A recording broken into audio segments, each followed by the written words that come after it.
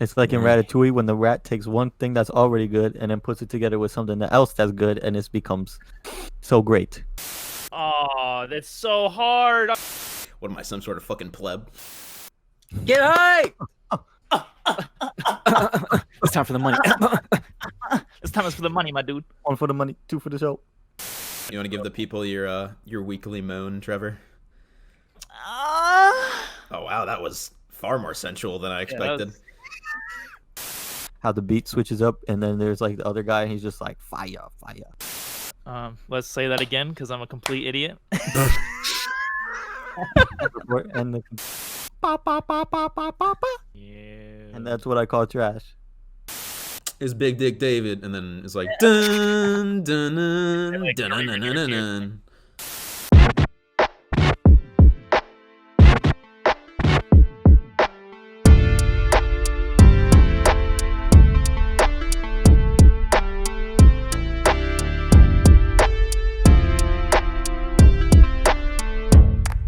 What's going on, beautiful people? Welcome to episode 9 of the Unboxing Life podcast.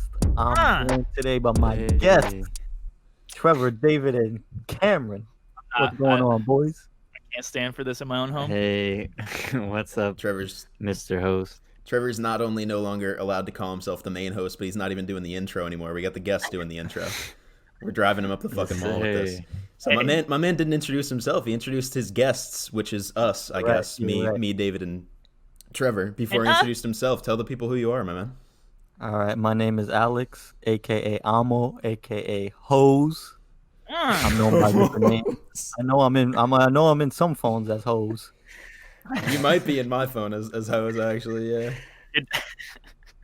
Dang. I mean, I think actually no. I think it's just like Alex and Viz is what I have it saved as. Brian's name is Viz for sure. Brian's name is Viz. Yeah. Dang. So anyway, welcome Alex to the Unboxing Life podcast. Thank you. Hey, David's actually audible for once. Yeah. Hey boys, I got a question for you.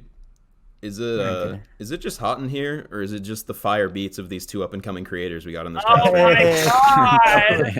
Okay. I see what you did there. Yes. Yeah, dude. Me and David are both beat makers on SoundCloud. Dave Vision, and I'm Amo. Yes, sir. Yes, I kind of want to formally introduce him. He's our good friend Alex from high school, and he is the mastermind behind our logo, our YouTube banner, and the beautiful track that you heard. I think that was the episode 6, FIFA, and the other one at the very end. But yeah, he's super talented, and he's the reason we're able to brand ourselves the way we are. So thank you. Thank you, fam. Of course. You know, I mean, we've talked about doing a podcast for a long time, and when you guys started it, I was like, I already got to support. You already know what's good. Yeah, hell yeah. Yes. I cannot. We've been fam, so that's how you have to do. I appreciate it, and we appreciate it. I cannot thank you enough for replacing my cobbled together Microsoft PowerPoint logo with something that is actually, professional and presentable. And gives us the face of the podcast. So yeah, even though this is the first time y'all are hearing his voice, you guys already know Alex has contributed to the show. I've been behind the scenes. So yeah, Alex the Great. Thank you, fam. Yes, sir. Dang, had to be the first guest. Let's go. Well, I didn't find a quote for this week, so you guys go ahead. You just didn't find one. Dang. I literally just typed in tradition on Google. You are actually dense this morning, my man. This afternoon, I guess. Jesus. Oh my god. Yeah, y'all go ahead. My lord. Jeez. Okay. All right. I guess I'll start. Go ahead with your If that fun works. freaking fact of the freaking week. So I'm actually gonna get. I'll get to it, but I'm gonna ask you guys a question mid fact here. All right.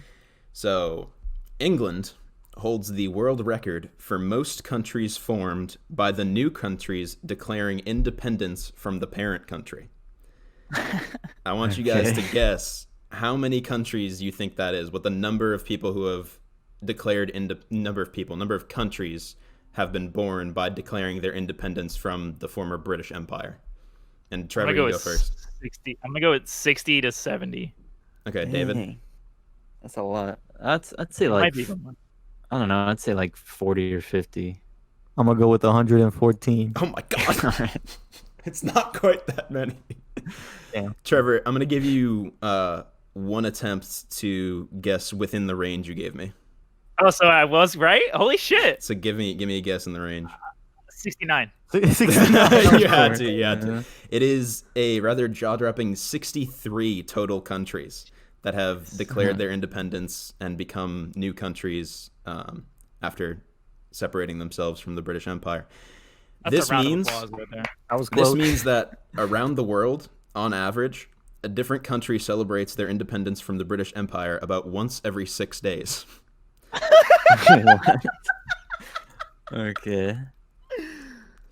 All right. So, I yeah, just tried to look there up you how go. many countries in the world, and it completed how many countries in Florida. What's going on here? God. Did you spell it That's the counties? algorithm for you. Counties, yeah. Yeah, I Counties. did. Damn. Okay, 195 Hey. countries. So that's a significant portion of the total countries in the world. Yes, Dang. for sure. Yeah, Like they a had third. their Wow. they had their dicks and everything for sure. Yeah, no doubt. Gotta get That's crazy. spices and tea. Dang. There you go. All right. I guess we'll move on to my part of the tradition. Yes, There sir. you go. Give us your hot track of the week. All right, DJ Davision's pick of the week. I thought since we had our boy on here, the classic hip hop fanatic, the Yeah. master of the aficionado of classic hip hop, I had to go to the 90s. Let's hear So it. I went with The Mystery of Chess Boxing by Wu-Tang Oh, Clan. yeah. Oh, That one Jesus. was on my mind actually. Oh, nice. Yeah, this is like, it's probably my favorite off of 36 Chambers, to be honest. I would So- agree. Yeah. Hey, let's go. I picked the I would right agree. one. Over Cream? Yeah.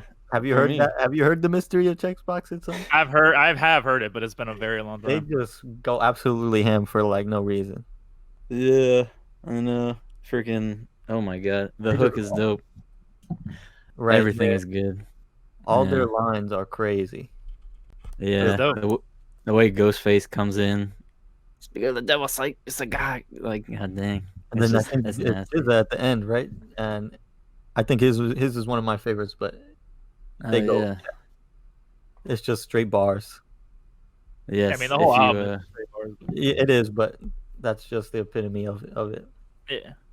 Yeah, if you enjoy lyrical hip hop, or if you've heard Cream and you haven't heard any other Wu-Tang songs or whatever, give it a shot. It's dope. That's a great pick, David. Also, the music video reminds me of Sorcerer's Stone because they're on a giant like chessboard for part of it. So I Yes. always thought of it. God. That's kind of Yeah. fun. Wizard Chess.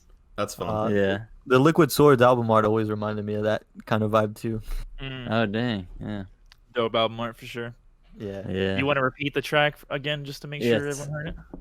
The Mystery of Chess Boxing, or Chess Box. It's spelled D-A and then Chess Boxing by the Wu-Tang Clan. There you go.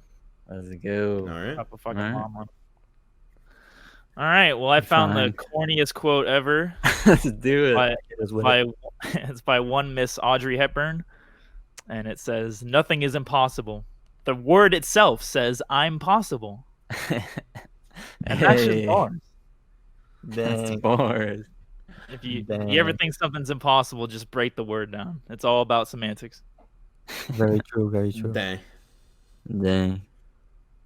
All right. That's what's up. Well, I had something. I wouldn't really call it a tradition, obviously, since it's my first time, but it didn't really fit anywhere else, and I wanted to share it with you because it's kind of current events and it's in our neck of the woods. But have you guys heard about the plan to release 750 million genetically modified mosquitoes in our state? What? When? No. I think I've heard about that, and I think I know So- what it is. So it so- sounds ridiculous, but it's actually kind of cool. I think. Yeah, there's a number of articles on it, but I'm looking at specifically a BBC article. Okay. And so local officials in Florida have approved the release of 750 million mosquitoes, which have been genetically modified. So apparently, the female mosquitoes are the ones that bite you because they need blood to produce eggs. And so Okay. these mosquitoes that they've genetically modified are all male mosquitoes, and they each have like special genes in them to when they mate with females, any eggs that are produced that turn out to be female die. Dang. So Oh wow, that's not the what I thought it theory- was. That's wild. the That's- theory is So that theory is they're just gonna eventually kill themselves off. you'll just have a bunch of male mosquitoes only surviving. So you'll just have a bunch of males, and eventually, theoretically, mosquitoes would end up going extinct. But That Wow. sounds like some end of the world shit, like that definitely genocide. does. like They're Hunger planning Game on shit releasing them. when they genetically modify the tracker jackers. Right. They plan on releasing them in true. 2021 in the Florida Keys. Yeah, give me Wow. the fuck away What from I there. what I So thought how you do were guys gonna feel about say, that? which is something I feel like I've heard of, is that I think they've genetically modified and released mosquitoes previously that were like immune to West Nile virus and like what's the other mosquito carrying disease? Malaria. Malaria. Well, that too. That Zika? doesn't get over to the U.S. as much though. Oh, yeah, Zika. But yeah, things like that. I think I've seen stuff about that before, about releasing genetically modified ones into the population so that they can't carry the diseases that they then pass to humans. But the straight genocide, I mean, It's kind of that's crazy. that's right? wild. Yeah, that's That's pretty litty. they're If it like- works. They're like technically a Yeah. part of the food chain, I guess, but I think spiders They can are. manage. So I think I Yeah. don't think there's any sort of nuking of any ecosystem that's going to go on by the disappearance of mosquitoes. So that sounds very nice to me. Let's hope that's true. Yeah, if it works out and Funny everything little stays thing. in balance. A lot of mosquitoes, and it's kind of terrifying, but Yeah. That's definitely some Jurassic Park it stuff. definitely is. Dang. I mean, me personally, I would say I don't know how I'm kind of skeptical because I mean, I don't know. Mosquitoes are part. Nobody likes mosquitoes, but they're doing their purpose. Which, if you want to look at it in a dark way, it's kind of like population control. I don't know. When you start messing with Mother Nature, I don't think great things are gonna happen. We'll see. Yeah. I We'll know. I see, completely but- understand. You know what it actually is? It's the government releasing mosquitoes that are going to bite and microchip us. Gonna Mosquito microchip drones. you. They're gonna Dang. microchip me so they can. I sent that meme to you the other day. That was like, oh, you think coronavirus is a conspiracy to microchip you via vaccines? Why don't you tell me that over your phone, which has 2 cameras, a microphone, and for the article you found on Facebook? It's like, Right. yeah, bro. The government needs more info than they already have on you. Yeah, it's pretty rough. I got People will everything believe we need anything. to know. I just thought it was super interesting just because I feel like it's something that it was approved recently, and it's like I'm surprised that I haven't heard anybody talking about it at all. And I don't know Yeah, if you guys have heard about it either, but I haven't heard anything, which is No, kind of but- surprising to me. Yeah, definitely Well, not if you in my haven't context. noticed, people listen to this podcast for breaking news, so Yeah. they were There you waiting for go. us Yeah. to talk about it. Yeah, Obviously. that's So true. that's your tradition now. You have to come in every time you guest with every time you host with every with some outrageous news story that no one's heard of, that no one's talking about. Well, that's I feel like the pool of potential Yeah, options would be up to you. very vapid. Dang. we'll Yeah, see I'll about see. that. We'll see. I just kind of wanted to make Yeah. it challenging. I don't know. Mhm. Dang. So around. we are currently recording on 1/9/11, Yes. 2020, and Mhm. we felt like it would be a disservice to everyone that lost their lives that day to not mention it. So Of course. anyone care to take that away? Yeah, I mean, know, I can say something. I mean, obviously, the whole country line is never forget, obviously, which is always felt a little weird to me because I don't remember 9/11 because I was 3. So it's like I was 5. people talk about, like, do you have any memory of the event? And where were you on 9/11 is always like the thing. Like, where were you when you got the news? All this stuff.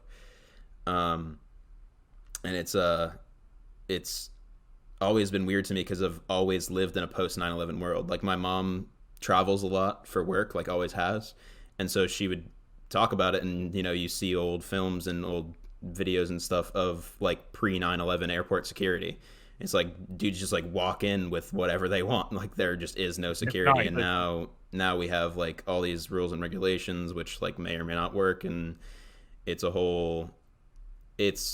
the world we live in now is massively different from before because of how devastating the attack was and how, like, it was just so out of left field. Like, this is something that we would believe could not happen to us, and then it did. And so that's the world that I've always known. Like, I've never known a world that's not, like, very militarized, kind of villainization of the Middle East kind of a thing, USA. So it definitely leaves a deep scar. I mean, yeah, I think too. I was like 4 or something, so I remember not knowing. I don't think I remember it happening because my parents kept it from me or something. But then in school, like, on this day, we would watch documentaries about it and footage and stuff to remember. And I thought that was always a good thing. I think it's one of like the most, at least at the time, it was one of the most documented events in history because it was like people were, it was filmed so much and it was just so much around it. Yeah. Well, I know for me, and I'm the youngest out of all of us here. When it happened, I was 1 year old, but yeah. But what and like you said, Cameron, that you don't remember it. I don't remember it. Obviously, you can't. Yeah. But what's kind of surreal to me is that, like, when it happened, I was living in New York at the time. I was like right across the river. Oh, wow. And even like, I hear my dad tell stories that, like, where we lived, you could see the smoke in the sky, and it's just. And I know this kind of goes into what we're going to talk about a little bit later, but, like, just that's part of that was. I always think about it, and it makes me very sad because it's just like such a crazy time. And, like, even like I said, even though I don't remember it, like, I was kind of close, Yeah. and I can imagine how that was for my family at that time. I hear them, At least like, you I didn't said, lose tell any stories. family. Right.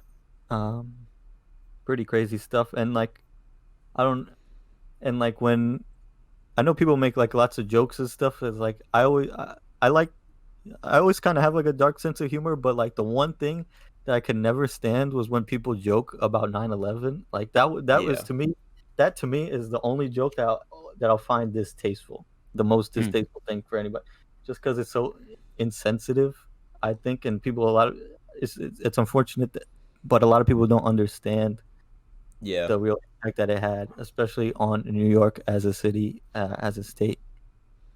I mean, I think it's definitely subjective for everyone for For like sure, but jokes that hurt you deep in your soul, but every dark humor joke, like even like about the Holocaust, how do you think the Jews feel when they oh talk yeah, about a 6 million person in an ashtray in the car? Like, yeah, there's definitely different subjects that are really touchy. So right. I didn't mean 9/11 to say, is like, that's yours. the only one that's distasteful to Yeah. me. Yeah, they're all But distasteful. that one is one that hits me the hardest. Yeah, I mean, we joke about racism, like Yeah, that's yeah, for sure. just how No, comedy goes. yeah, Yeah, I it's get what you're interesting. saying. There's always going to be certain things that, especially the way the joke is made, a lot of times it's just people trying to get a reaction, and you're like, Yeah, all right, it seems completely unnecessary that you said that at all. So they're just going for shock value. yeah, it's pretty lame a lot of the Really times. But surface level shit. hmm And that's where like the whole too soon thing came about. Like just yeah, That's yeah, not just for joking everything. about such a devastating event like a week after. 20 years later, I mean, you can sort of brush it off, but Yeah, it seems like the internet too nowadays. People will joke about stuff sooner and sooner, and I guess I get part of it is like just people dealing with it, which I totally get. I get behind that, like, it's one way to humor cope. dealing with stuff. Yeah, but then certain things, it's like, well, you weren't even that wasn't really something that affected you directly, and you're just jumping on top of it for whatever. But yeah, I know you guys accounted for when you first heard about 9/11. I think I didn't even like register that it happened until like maybe 2-3 years after. I yeah, was in my childhood home at the time, and I was just sitting in the game room that we had, and there was an Orlando Sentinel paper that was sitting in the corner, and it had the 9/11 pasted right on the front of an old ass newspaper, and it just made the front page. And that's the first time that I remember registering that event happening. And then obviously all the school events where you would recognize it, and they would play a Mhm. video like every class period would be dedicated to 9/11 almost. Right, and then they'd have the moment of silence and stuff. Yeah. Yeah. And I always hated those fucking idiots that like would like disrupt the moment of silence. They would just cough the whole time and be like complete dicks about it. Like half the time, the moments of silence never were moments of silence for me, at least. Yeah. There's always those kids who are just no, I don't know. Yeah. Kids' inability. There are certain kids that their inability to like perceive the depth or seriousness of a situation, combined with their read like the room pathological need for attention, is like those kids always exist, and it's just like obviously fucking annoying. And you just kind of have to brush read them the room, off. guys. Yeah, it's like, come on. Yeah, for sure. So yeah, is that all for that?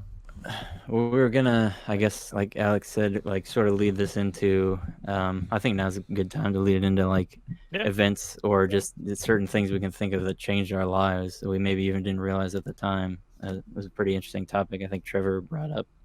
Yeah. I was having a conversation with Rocio a couple days ago, and I was just talking about like our relationship at the time or whatever, and it got me thinking about specific moments in time where you completely change as a person when you look at it in hindsight.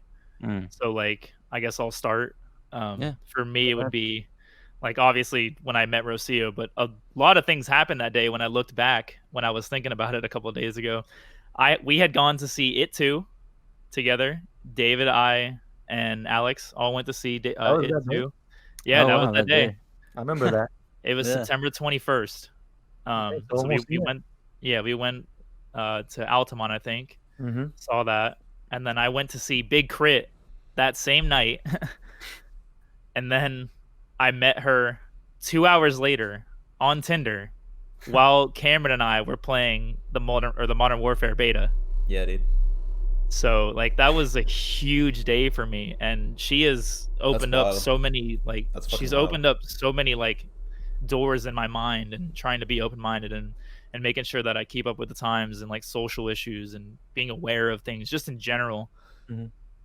She's definitely changed my life, and I just like when I looked back on the day, I was like, holy shit, I did a lot that day. Like I met my soulmate, I saw an awful movie, I saw one of my favorite rappers, you know, like that's awesome. So funnily enough, roller coaster.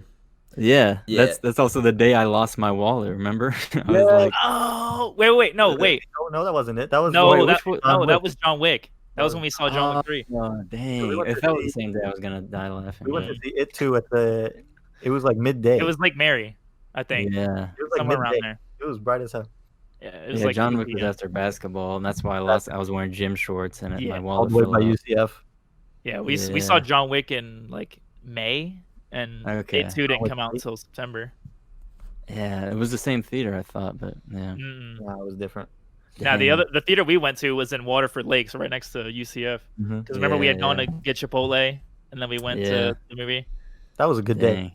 That was a dope day. Yeah, man, that's dope. That reminds me of the Royce to 5'5". Yeah, okay. Jesus Christ. Hello. The Royce to 5'9". The song Tabernacle, where he talks about like the most significant day of his life, and that's a great song for anyone out there. I love that song to death. Yeah. I still remember the feeling I got when I first heard that song, because it's such a masterful story. Yeah. And it's told in such a weird perspective, because there's so much shit happening to him in the story. And he has his kid, his grandma dies in the same hospital. He has a show where he meets Eminem. Like it's all fucking it's a clusterfuck for him. But the same day, yeah. Yeah, but it's like the epitome of this topic, and it's so beautiful. Yeah, I was about to listen to Tabernacle by Royce if you ever get the chance. It's cool as hell. I was thinking about it. Like I listened to it right before my first period, like biology or whatever. I guess not first period, it's college. But I didn't even focus on the class. I was just thinking about that song. It's so crazy. It's powerful. Yeah, super powerful. Dope. So that's one of my days. Yeah, that's dope. That's crazy because I remember it. You know. Well, I guess it was to us it was a typical day. Yeah. Too, but to you, you had a lot of things going on. Yeah, it was nuts. But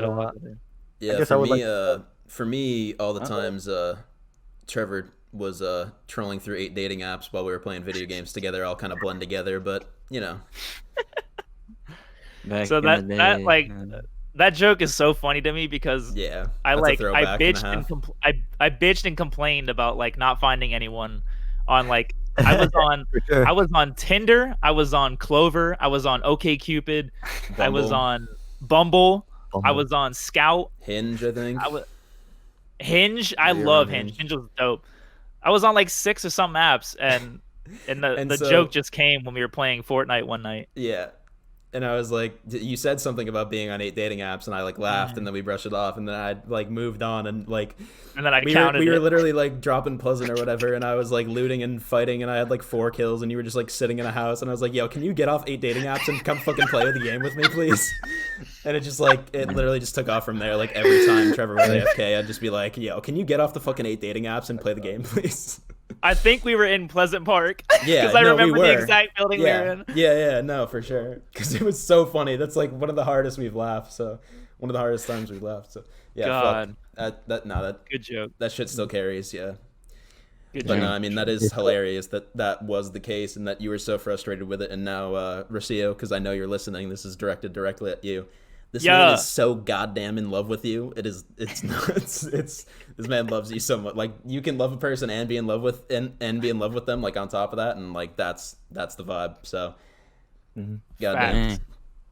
I love you, baby.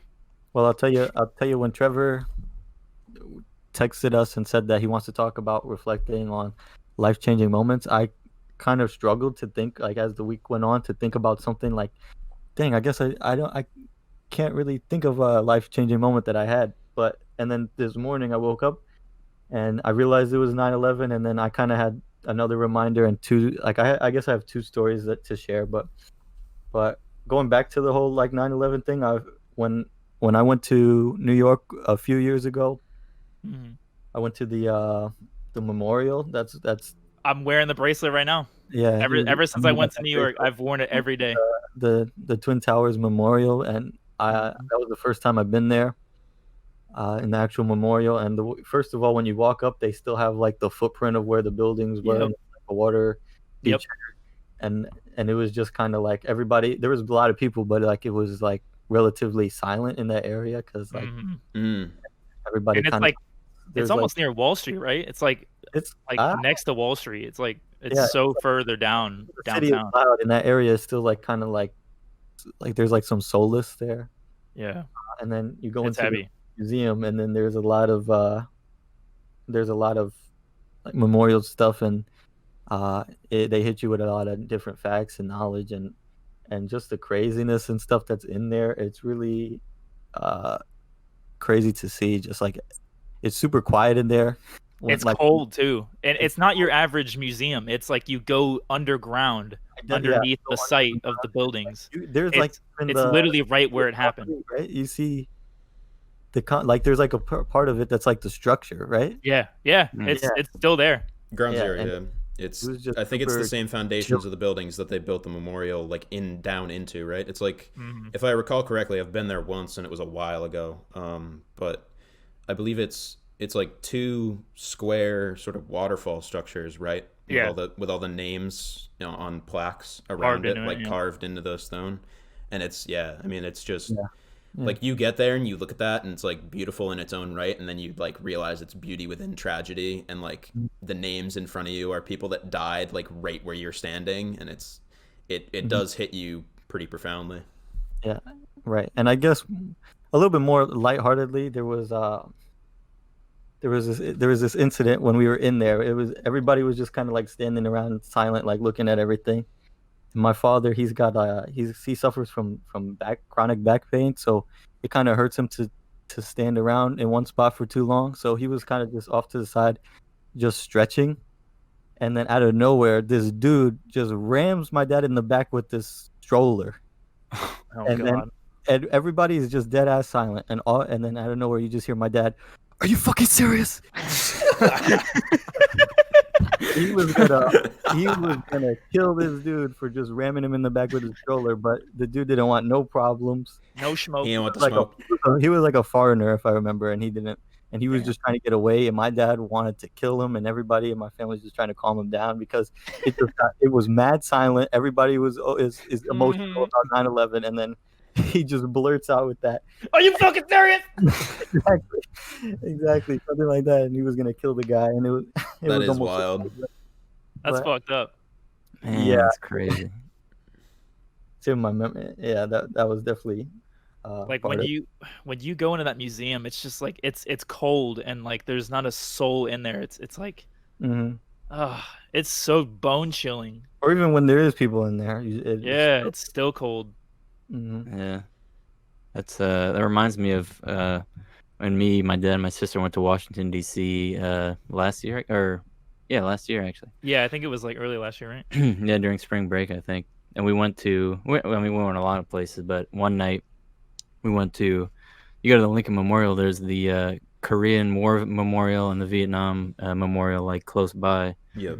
So we walked to each one. And the thing about it is my grandfather fought in both of those wars. So like seeing those, it was like, yeah, it's weird. Like it wasn't a time where there was a bunch of people there at all. It was mainly just us, but the way they have the statues, the Korean War Memorial is like just a statue of like a troop of soldiers walking, and it's like just the looks on their faces is just crazy to think of. Like, you know, the people who fought in these wars, like it very much humanizes it if you just think of it as a historical event. And then you go to the Vietnam War Memorial, and it's so many names like carved into the walls, and it was like, man, it's so crazy to think my grandpa like fought in those, and I'm just here like like nowadays I'm just like, hey bro, I'm making a podcast on the Well, internet. I'm like, No, don't Yeah. downplay I was it gonna say, because don't do that. you're benefiting off of the fruits of his labor. of course, yeah, Like, no, it's That's the whole point of every generation is to make it easier for the next one to come.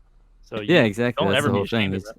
I'm not ashamed of it at all. No, I'm just saying it's funny, like the differences, and like, you know, Yeah. your family is full of a bunch of different type of people. But Do you know Is he off still the top alive? of your head? I was gonna say something about. Do you know off the top of your head how old your grandfather was when he fought in Vietnam? um I can try to work back if he joined. Yeah, but if you He was while a you're doing Green the Beret. okay. He was a Green Beret by the time he fought, so he had to have a good amount of experience because that's like special forces. Mhm. He was probably like late 20s or 30s. He passed away when I was like 6, I believe, and he was in his late 70s. So yeah, that sounds about right. But Yeah, so I was gonna say most of the U.S. troops fighting in Vietnam were, you know, our age or definitely younger, like 18, 19 yeah. year old kids. I should probably know before I say this whether or not Vietnam was a draft war. I don't know if you guys know that off the top of your Yeah, head. it was. It was? Yeah. Yeah. So, Yeah. you know, conscription is a hell of a thing. I'm glad for the brave men and women who lay their lives down for our country nowadays. So the draft is currently not a thing. I mean, it's still in law, Yeah. obviously, but it's not something that we're really worried about ever being It's not really reenacted. practical. So, Yeah. but anyway, yeah. I mean, that's wild to me. Is that you look at the names on the wall and you're like, damn, like this kid died like younger than I am right now. So Yeah. Mm. I know, it's crazy. You like people, especially with historical stuff, you look at the people there and it's like, you know, stories of like Medal of Honor recipients. You think of them as like, you know, at least in their 30s, and like they had all this experience and they're Yeah. like so different from everyone else, but they're just like, they could literally be our age, and Yep. they rose to the occasion so much because of who they were. It's, you know, And what they had to everyone's do. human at the end of the day. Was But, that your life-changing moment or? well, that was, I mean, that definitely impacted me. That was one. I had a more lighthearted one as well, but Go ahead. okay. I mean, yeah, mine was that I thought of. I always think of how I met everyone. The only reason I know anyone here actually was back in sophomore year of high school when our boy Jeremy, we had a PE class together, and it was like we're playing basketball out on the outside courts, and he just this dude with his big afro just walks up to me and is like, "Hey, do you play Skyrim or something?" Like, he said something like that. And like I was like, yeah, dude, Skyrim's dope. And it was like, it was probably like 2012, so I was like when it was new. And then yeah, we just got to talking from there. And then I think like he was out of PE after that semester, but I was in it for the whole year. So I was like, I guess I'll never see that guy again. And then like, that summer I met Trevor over Xbox, and then Yes, sir. that's like I got into our friend group in high school, and then I met Alex through chess club, and I met Cameron Chess through Trevor. club. Yeah, club the was the classic shit. chess Throwback. club. Yeah, that was crazy for sure. It's just I'm like still ashamed because Alex went to our fucking chess club so many times as like a friend, and then we played Overwatch like a year later when it first came out in 2016. And then it dawned on me that Alex was actually going to chess club. I hadn't fucking remembered, You and I didn't felt think like I was a such a friend. prick. He didn't think he knew me. I remember Yeah, that. I felt like such a My useless heart. prick. Nah, Yeah. it's so funny though because like I grew up playing chess because chess is a huge thing in New York, right? It's bigger there than it is here. So like my Yeah, for dad sure. like would go to like chess spots around the city or whatever, and he would take me, and I loved chess growing up, and I know it has a stigma around it that it's like super nerdy or whatever. Get the Just- fuck out of It here. definitely has a stigma. You can't Yeah. tell me it Yeah, doesn't yeah. have I mean, a I stigma. don't know. I don't think. I'm I not don't saying think that it is at stigma all. anymore. Well, I It's mean, dope. because Chess is a nerdy, dope being game. nerdy is trendy now. I mean, I that's guess so, like but- I'd say you're right in like high school. Like in high school, you're like like the Yeah, chess yeah, club yeah, yeah. nerds Yeah. or like whatever. But Not like, anymore. But it's But, funny like, because Yeah. when I met these guys, right? It was because when out in freshman year, I remember just chilling in freshman, like I was still figuring stuff out about high school, and I was like, I heard on the announcements, "Ooh, chess club, that sounds cool. I like chess. So let me go." And then I went to a couple of times, and I kept going and going, and then I met these guys because they were the president. Yeah, Yeah. And they Jeremy were and I in charge of co-founded it pretty much. Yeah. Jeremy So did all the work. that's how I I got. And then regretfully didn't do much. But I remember I would spend lunch times with David and Jeremy in the school store's office. Jose We'd hang and out there. Jacob. Yeah, Jose. Yeah.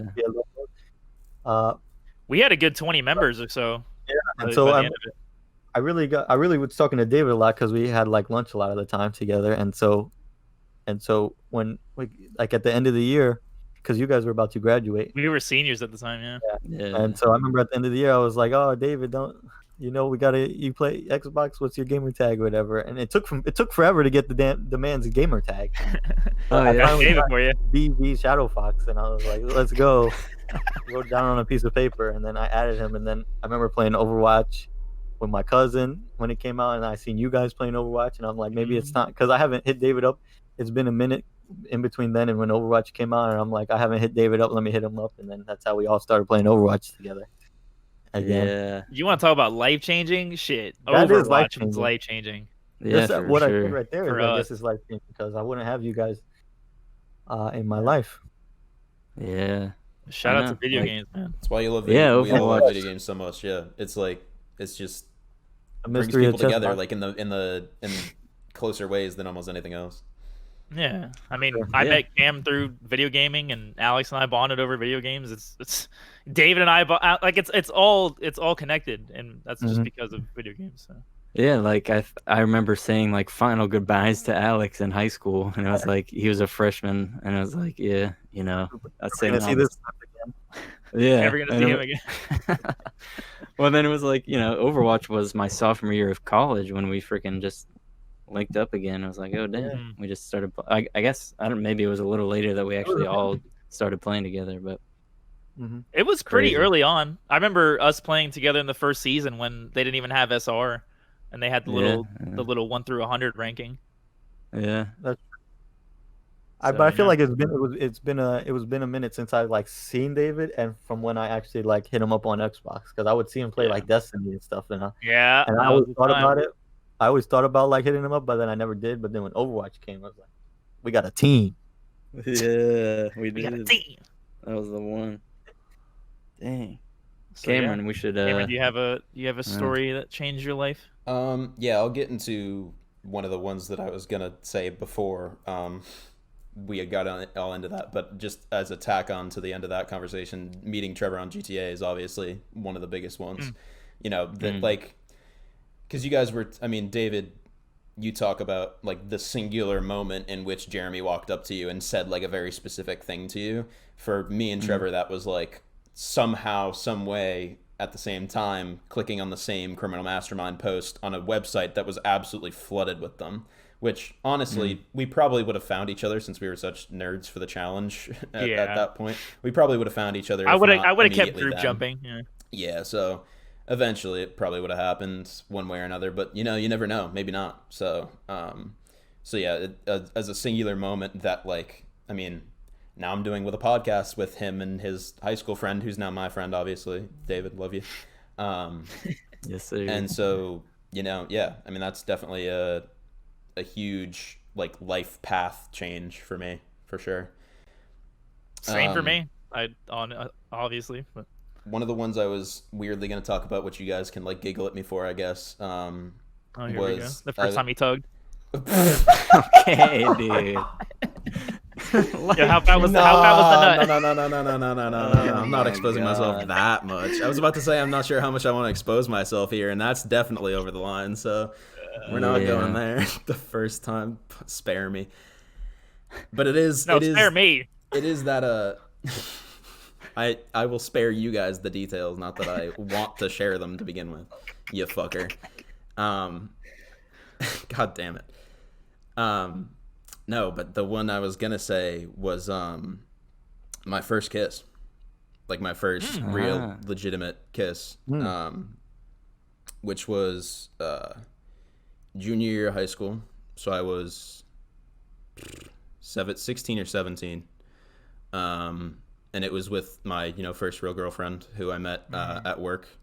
And then that was I was actually joking I'll get to that in a second, but yeah, that was like, I'd never thought of myself as like bad looking or anything like that, but it was still like getting on in the years, like not getting much interest from females. It's like you can kind of starts to like weigh on you a little bit more and more. And especially the school I went to had like 25 boys, 25 girls.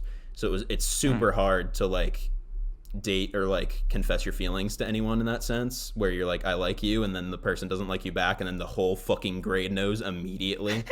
So it was like literally you can't take a step without everyone knowing everything about you in a school that small. So sounds like Hogwarts. So it was everything's Harry Potter with you right now. I kind of love it. No, honestly. it's gonna be Harry Potter for the rest of my life. I know. No, I get it. No, I mean, you're a fan for life now. Yeah. I'm totally in the fandom. But now. yeah, I mean, that was like actually like asking for a girl's number and getting it, and then dating her and then kissing her for the first time was just like a massive confidence boost that like kind of changed my self-image and like boosted my self-esteem a lot, and that kind of carried on through to like just being more confident in myself in general. So I ended up kind of like it seems like a jump, but like when I think about it, it is like a progression. So I'm gonna describe it like a jump, but it was a sort of progression of like building up my confidence to where I get to the point where I'm like now more confident in like sports and stuff like that, where I'm like I always just got relegated to,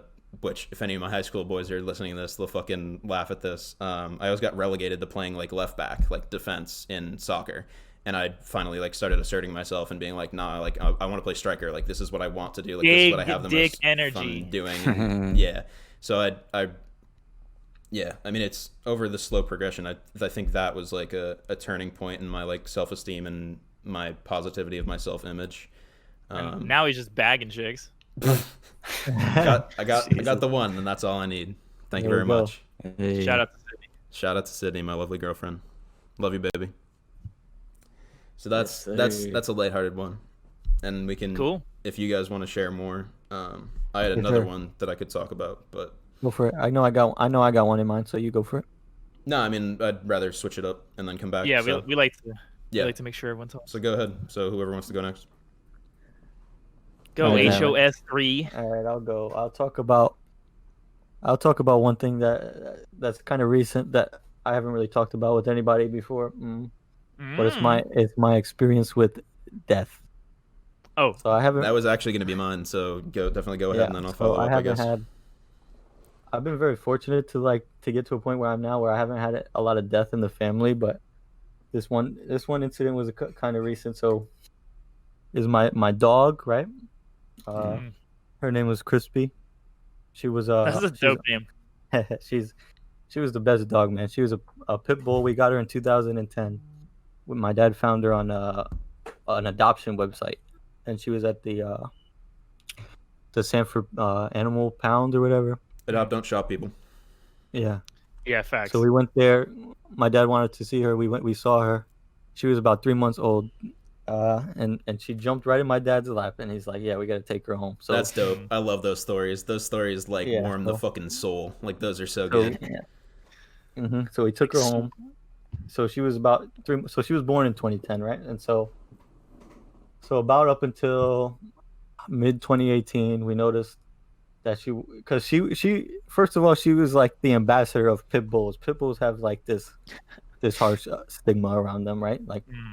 Like they're the scary dogs or whatever. But she was like I say she's the ambassador because she like embodies like love and kindness, and she was such a good dog. Like, but she was also at the same time she was like a protector. Like if somebody rang the bell, she was the dog that was like barking and jumping on the door. But she wouldn't hurt anybody if they were cool, you know. So she was just the best dog, and she was so full of energy.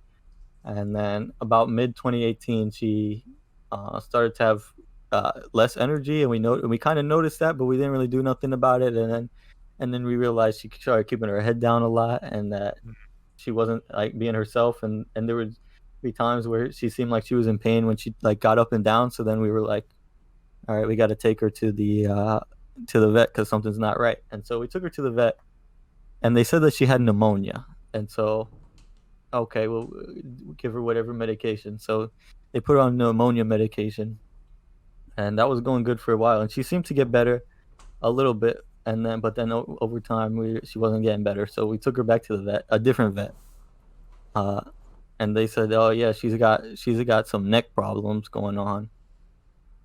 So we're gonna recommend you to like a specialist, or I think it was like a dog neurologist.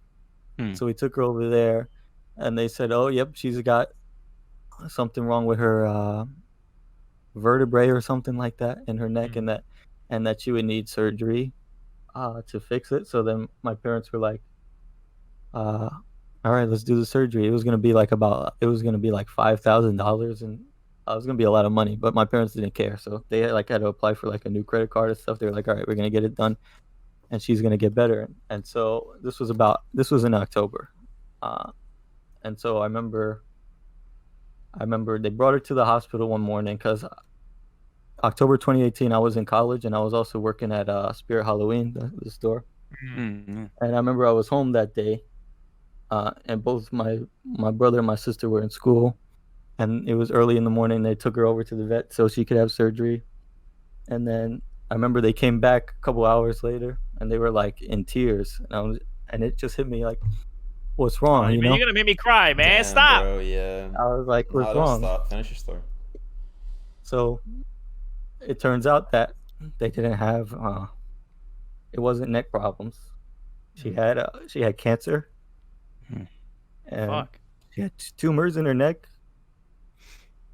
And she wasn't, nothing we could do. It was too late.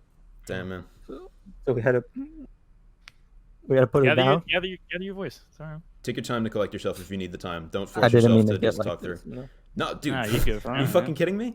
This is so real. Like it's perfectly fine. We're never gonna malign you for I would that. fucking bear hug you right now if I was Yeah, there. of course. Same, man. No, don't feel bad for this at all. So she was there at the center or whatever, and that was where we were gonna put her down. So we had to get everybody to say.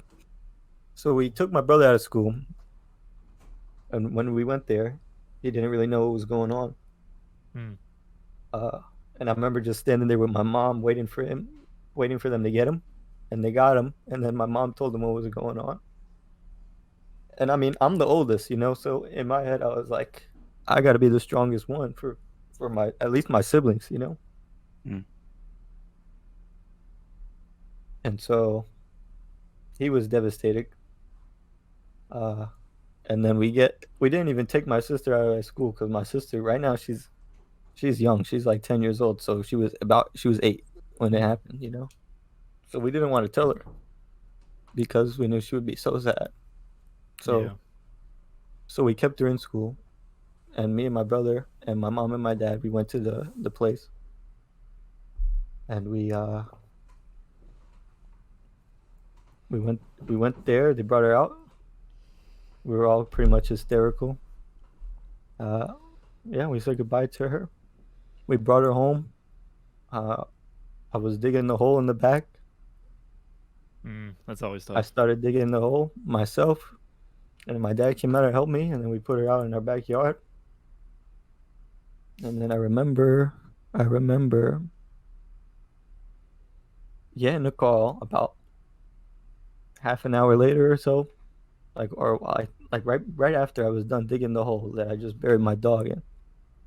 I get a call it was from my manager at Spirit Halloween. He's like, because this day, it was Halloween day, and I wasn't supposed to work. That's spooky.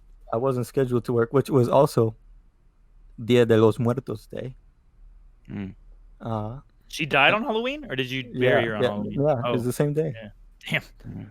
So I wasn't scheduled to work. I think I had the day off from school too. So but I got a call from my manager, and he was like, "Can you come into work? We're short. We need you to work." And I was like, "Yeah, I'll come into work." And I remember, it's like you know that Katy Perry meme where it's like, people tell you that you're fine, but you're not fine. You gotta say that. Yeah. That's her.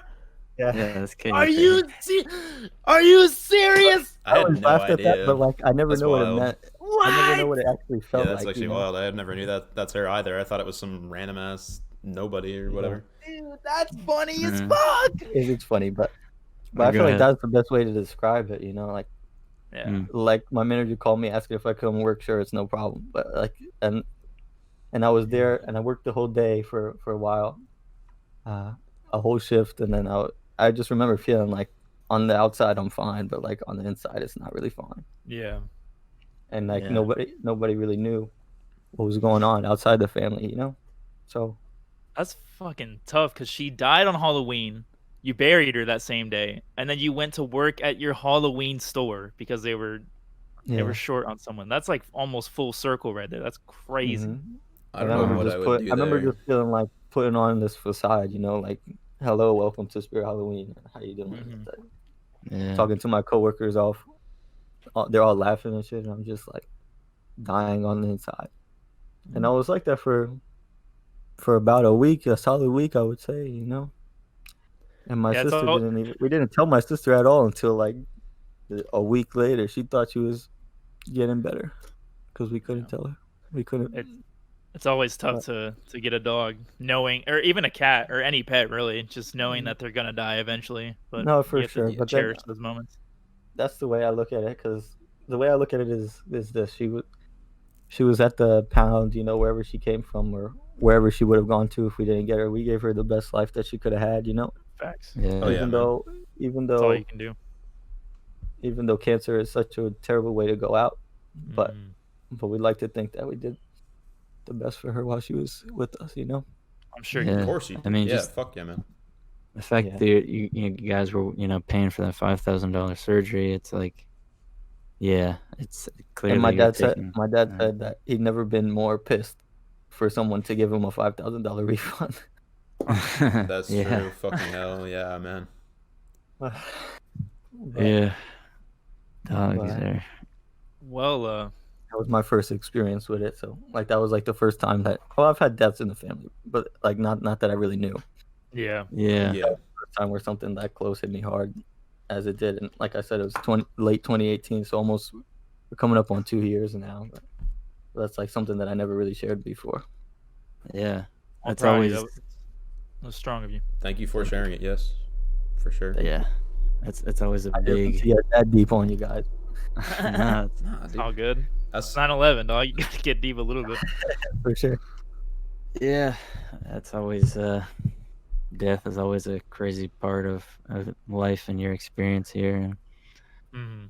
I mean, I I'll thought- tell you, it's kind of yeah. crazy. I didn't mean to cut you off, but No good. But like I said, when it hit me in the morning, it was because my brother, like, I needed to use his computer, and he's like, and before he left, he said to me, if anything happens with the computer and you get locked out, this is my password, and this password is the date that she passed away. Damn. That's what really reminded me of it, and it's just like Man. it hits I, home. So that's I've- how I got. I wanted to share a quote of a song that I've always carried this song with me since I heard it. 7 years ago now. It's album's old as fuck. It's a song called "Acid Rain" by Avenged Sevenfold, and there's a song there's a line in the first verse where he says, "Be thankful for the time. Life wouldn't be so precious, dear, if there never was an end." I like always quote that fucking thing. Yeah. Just to remind myself that life is so precious, so fragile, and it seriously isn't precious if we never died. You sort of have to just cherish every moment as a blessing and try to live it to the fullest. For sure. Yeah, I don't know. Dogs are such a, like you said, pets in general, but just talking about dogs are such a great part of your life, and they bring so much, and it's such a great relationship with them. I remember when my childhood dog Bandit passed away years ago. I was just in this mood where I was like, yeah, I was thinking like, I think I was like, I didn't think it was worth it to get like dogs or something, but then my sister, we had this talk, and I was like, I guess I realized it is worth it. It's always going to be hard, but I mean, it's the same thing with human relationships. People can go out of your life and stuff, and but it's always like, it's worth it. It's always worth it, because that's what life is. It's your relationships with the humans and animals around you, and yeah. Well said. Yeah. Yeah. I completely understand what you mean by, you lose a pet and you're like, why did we do this? Like, I feel so awful right now. Like, was it worth everything else? And I think the answer can kind of be different for different people depending on your relationship with animals. But for me, it's like yes, because that's actually changed since I was a kid, because when I was a kid, I think I was 8 or 9 or something, and I got my first pet that was my own, which I had already had a dog for 4 years by then. But my hamster, Rufus, who I had for 2 years. You had the Minister of Magic as a hamster? I'm sorry. Yeah, Rufus Scrimgeour, I think his name is. I'm sorry. Oh, I was going to say that. The new one, not Cornelius. I did not say Cornelius Fudge. Yeah, no. But anyway, dickhead. I did not say Cornelius. But anyway, and when he passed away, I was like massively devastated, and I could remember like feeling, it was my first time like touching something that was dead that I had touched when it was alive, and like feeling the warmth leave a body is like frightening. Like it is like when you realize like this is now just like a corpse. Like it's not, it's just like the life is gone. It's devastating. And that fucked me up for like a little bit. And then I finally got a new hamster that was like the same kind. And I ended up getting my mom to find a family to give it away to take care of it, because I could not like stand the thought of it dying on me again. So eventually, you grow and mature, and you kind of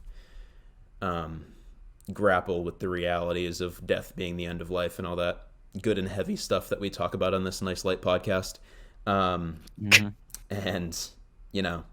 that perspective can change, but yeah, for sure, I get what you mean. Oh, it's always worth having a pet. I think the better moments outweigh the negative ones. That's to conclude. I will say that is that it's always worth, and if you treat your pet as anything less than a equal member of the family, get out of my sight. True. Shit, I talk to my cats like they're humans. Yeah, no, like literally all the time. Like you have like full one-sided conversations with your cats. It's great. Yeah. I mean, it doesn't everyone though. It doesn't everyone. Yeah. I'll speak in full sentences to Sandy, my current dog, back home. It's Yeah. I would talk to my fish when I had a fish. Shit. That's what's up. You might have had Nemo. Would we like to get to something a little more lighthearted for the audience? I was gonna do another one, but I think we're set. I think we've said everything that needs to be said on what I was gonna bring up to begin with. So yeah, I mean we got like 50 minutes out of that. That was pretty great. So So this next subject is kind of hits home for the two of us. Hey. They are David and Alex are obviously they make music, and so we wanted to talk about some of our favorite beats of all time. Hey, Yeah. I say it hits just home for all of us. We all enjoy it. The media. for sure. You don't have to make music to appreciate it. That's for sure. No doubt. No doubt. No doubt. Indeed. So I want David to go first. Okay. Okay, because I brought this topic up. Yep, and he did. All right, man. Wait. Well, Let me tell the story. Wait, let me go back to the conversation because when David had said this in the chat when we were talking about this topic, Alex did something that was so fucking funny to me. I misread it. It was a misread. Wait, let me get back to it. Okay, yeah. So Alex had asked David if he had any ideas for this podcast, and David was like, "We could play off the fact that we both produce and talk about our favorite beats of all time." And Alex was like, "That's a good idea. We could all talk about some of our favorite beats since we all enjoy music." And David goes, "Yeah, exactly." I was confused as to why it was so funny, but then I guess I got it. Yeah. Because the way I was reading it and typing it was just fine. But I guess he thought it was funny. I thought the same like message had come through on my phone because like Android and iPhone group chats are kind of wonky sometimes. Yeah. And then I realized that it wasn't, and I was like, oh my god. But yeah. So David, you want to hit us with a fat beat? Yeah. Okay. Well. All right. So I just thought of like some of my favorite ones, and I came up with a list of like 20, and I put them in a playlist called Best Beats, and I took a walk and cleaned my room to them. Yeah. And I have like 10 left on this list now. Only do 3. Yeah. Should we just? I'll just say like pick a just number say between one. 1 and 10? Just say one, and we'll react if we know it. Okay. The first one that comes to mind for me is "Devil in a New Dress." Okay. Jesus, Okay. my voice. Yeah, that's Devil in a New Dress by Kanye. Kanye West and Rick Ross. Yep. Shout out my resident Kanye stan, Kevin. Oh my fucking god. Produced by. It's the only song on My Beautiful Dark Twisted Fantasy not produced by Kanye. It's produced by. Wait! Don't say it. Hold on, wait. Who is it? I forgot. I know who it is. God damn it! No! Trevor does this all the time, dude. Trevor where it drives him Say it, fucking 'cause I'm gonna nuts fucking that he lose my can't mind. remember. He can't remember music facts, and it drives him up a fucking wall. It's great. I love it. Who is it? It's produced by Bink. Fuck, man, because he produced Every some time. Ross beats that were on Rather You Than Me, and I knew it. Yeah, he produced like Santorini, Greece, Yeah! The Ruler's Back for Jay-Z. He's like the greatest producer who is like not known of all time. At all. He's ridiculous. What did he produce for Jay? Ruler's Back. Oh, Yeah, like when- God. Yeah, I know. Oh my god. This is maybe my favorite use of a sample ever, and it doesn't stop that. Like, oh my god, dude! Like, I don't even you know can the just hear original the money song. bleeding from it. It's Yeah, so I know. luxurious. Like the original song is something by Smokey Robinson, but I sing this beat like it's a song. Like I'll just be in my room like it's like That's dope.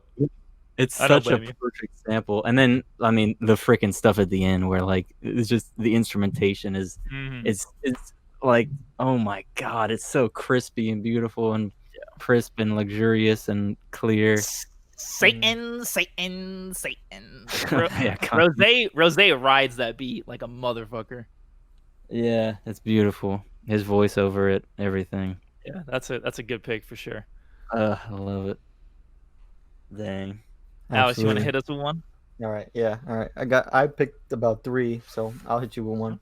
Okay. This one's called "They Reminisce Over You" by Pete Rock and CL Smooth. Oh, okay. It was produced by Pete Rock. It came out in it was off their debut album Mecca and the Soul Brother in 1992. They dedicated the song to their friend Troy, who was a backup dancer, and he died in 1990 when he died at the age of 22. He was performing.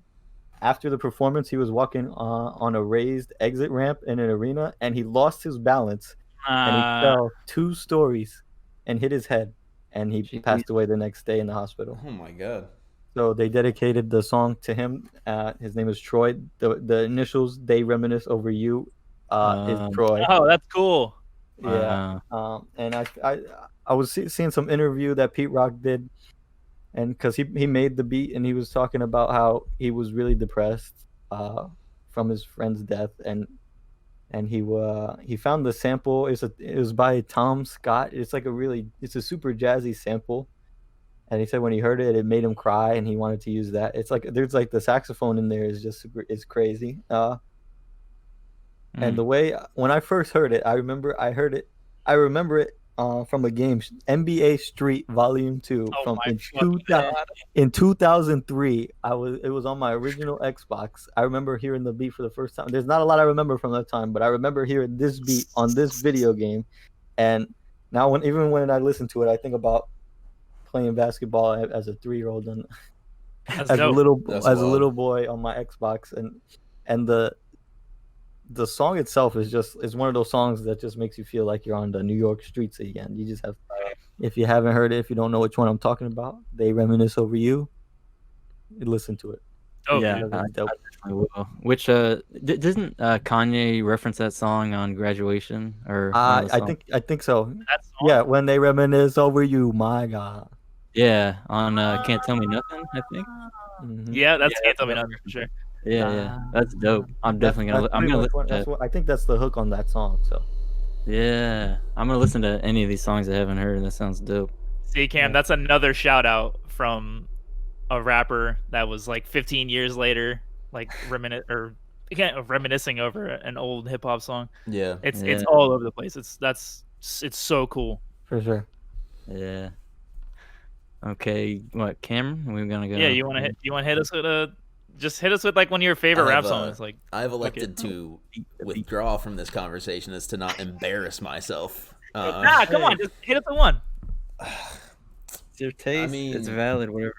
All right. I mean, it's just I don't have the commentary to say what I like about it so much and all that stuff, and like come at it from like a scientific angle like y'all do. Just bumped. But when you talked about like favorite beats, one of the ones that popped into my head was from Plain Jane by A$AP Ferg. Oh, okay. Just because it's like super fun. I mean, the track itself is dope as well, but I think the beat is super fun because it samples like the sound of a subway train like coming into the station with the like I can't pitch it right, but it's like the din din, and it's like that kind of rolls throughout the beat, and so I thought it was just a super fun one that when that was like one of the ones that came into my head as like a cool beat to talk about. What was the song again? It's Plain Jane by A$AP Ferg. Gotcha. Yeah, dude. That's like Cool. one of the catchiest hooks of recent years too. Oh yeah. Oh yeah. Yeah. No, I love that think song. he like shouts out Juicy J for that. I'm pretty sure that's Yeah. his shit. Yeah. And when he That's his interpolation of "Slob on my knob," and he's going like, Hey. "And do your job, right with the mom." Yeah. Yep. Yeah, for sure. Yeah, That shit is hard. that was probably the hypest I've ever been in my entire life when he performed live at my school. And Oh, wow. He texted me saying that there was a mosh pit, and I was like, "Fam, What do you mean, fam? What do you mean, fam? You sounded like you were gonna say something else. nah, keep going." Oh, well, I mean, yeah. I mean, he did the whole verse, like he did a verse like a cappella to begin with, and then the sound system he had was just fucking outrageous. So and I was on the floor for it as well. So I was like maybe like 25 feet away from him.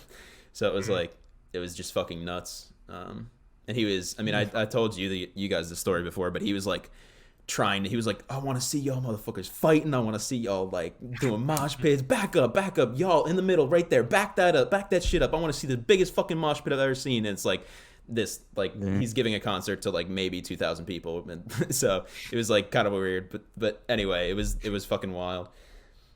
I ended up getting out of there because I had been barely hanging on to my phone and wallet because I had gym shorts on, getting fucking tossed around. So I was like, I am not losing my phone and my fucking wallet with my like debit card, license, like all this shit to some dickhead like clotheslining me. So I just backed up out of that. But no, that was crazy. Dang. Dope. Go ahead, my boy Trevor. So like this is the one that I always think of like fucking instantly when I hear or when I like think of super just absolutely wonderful beats. It is Touch the Sky by Kanye West. Hey, that one is dope. Classic. This is absolutely like one of my favorite tracks by him. Like period T. Yeah. The fucking horns sell it. Like Yep. Yeah. I heard this.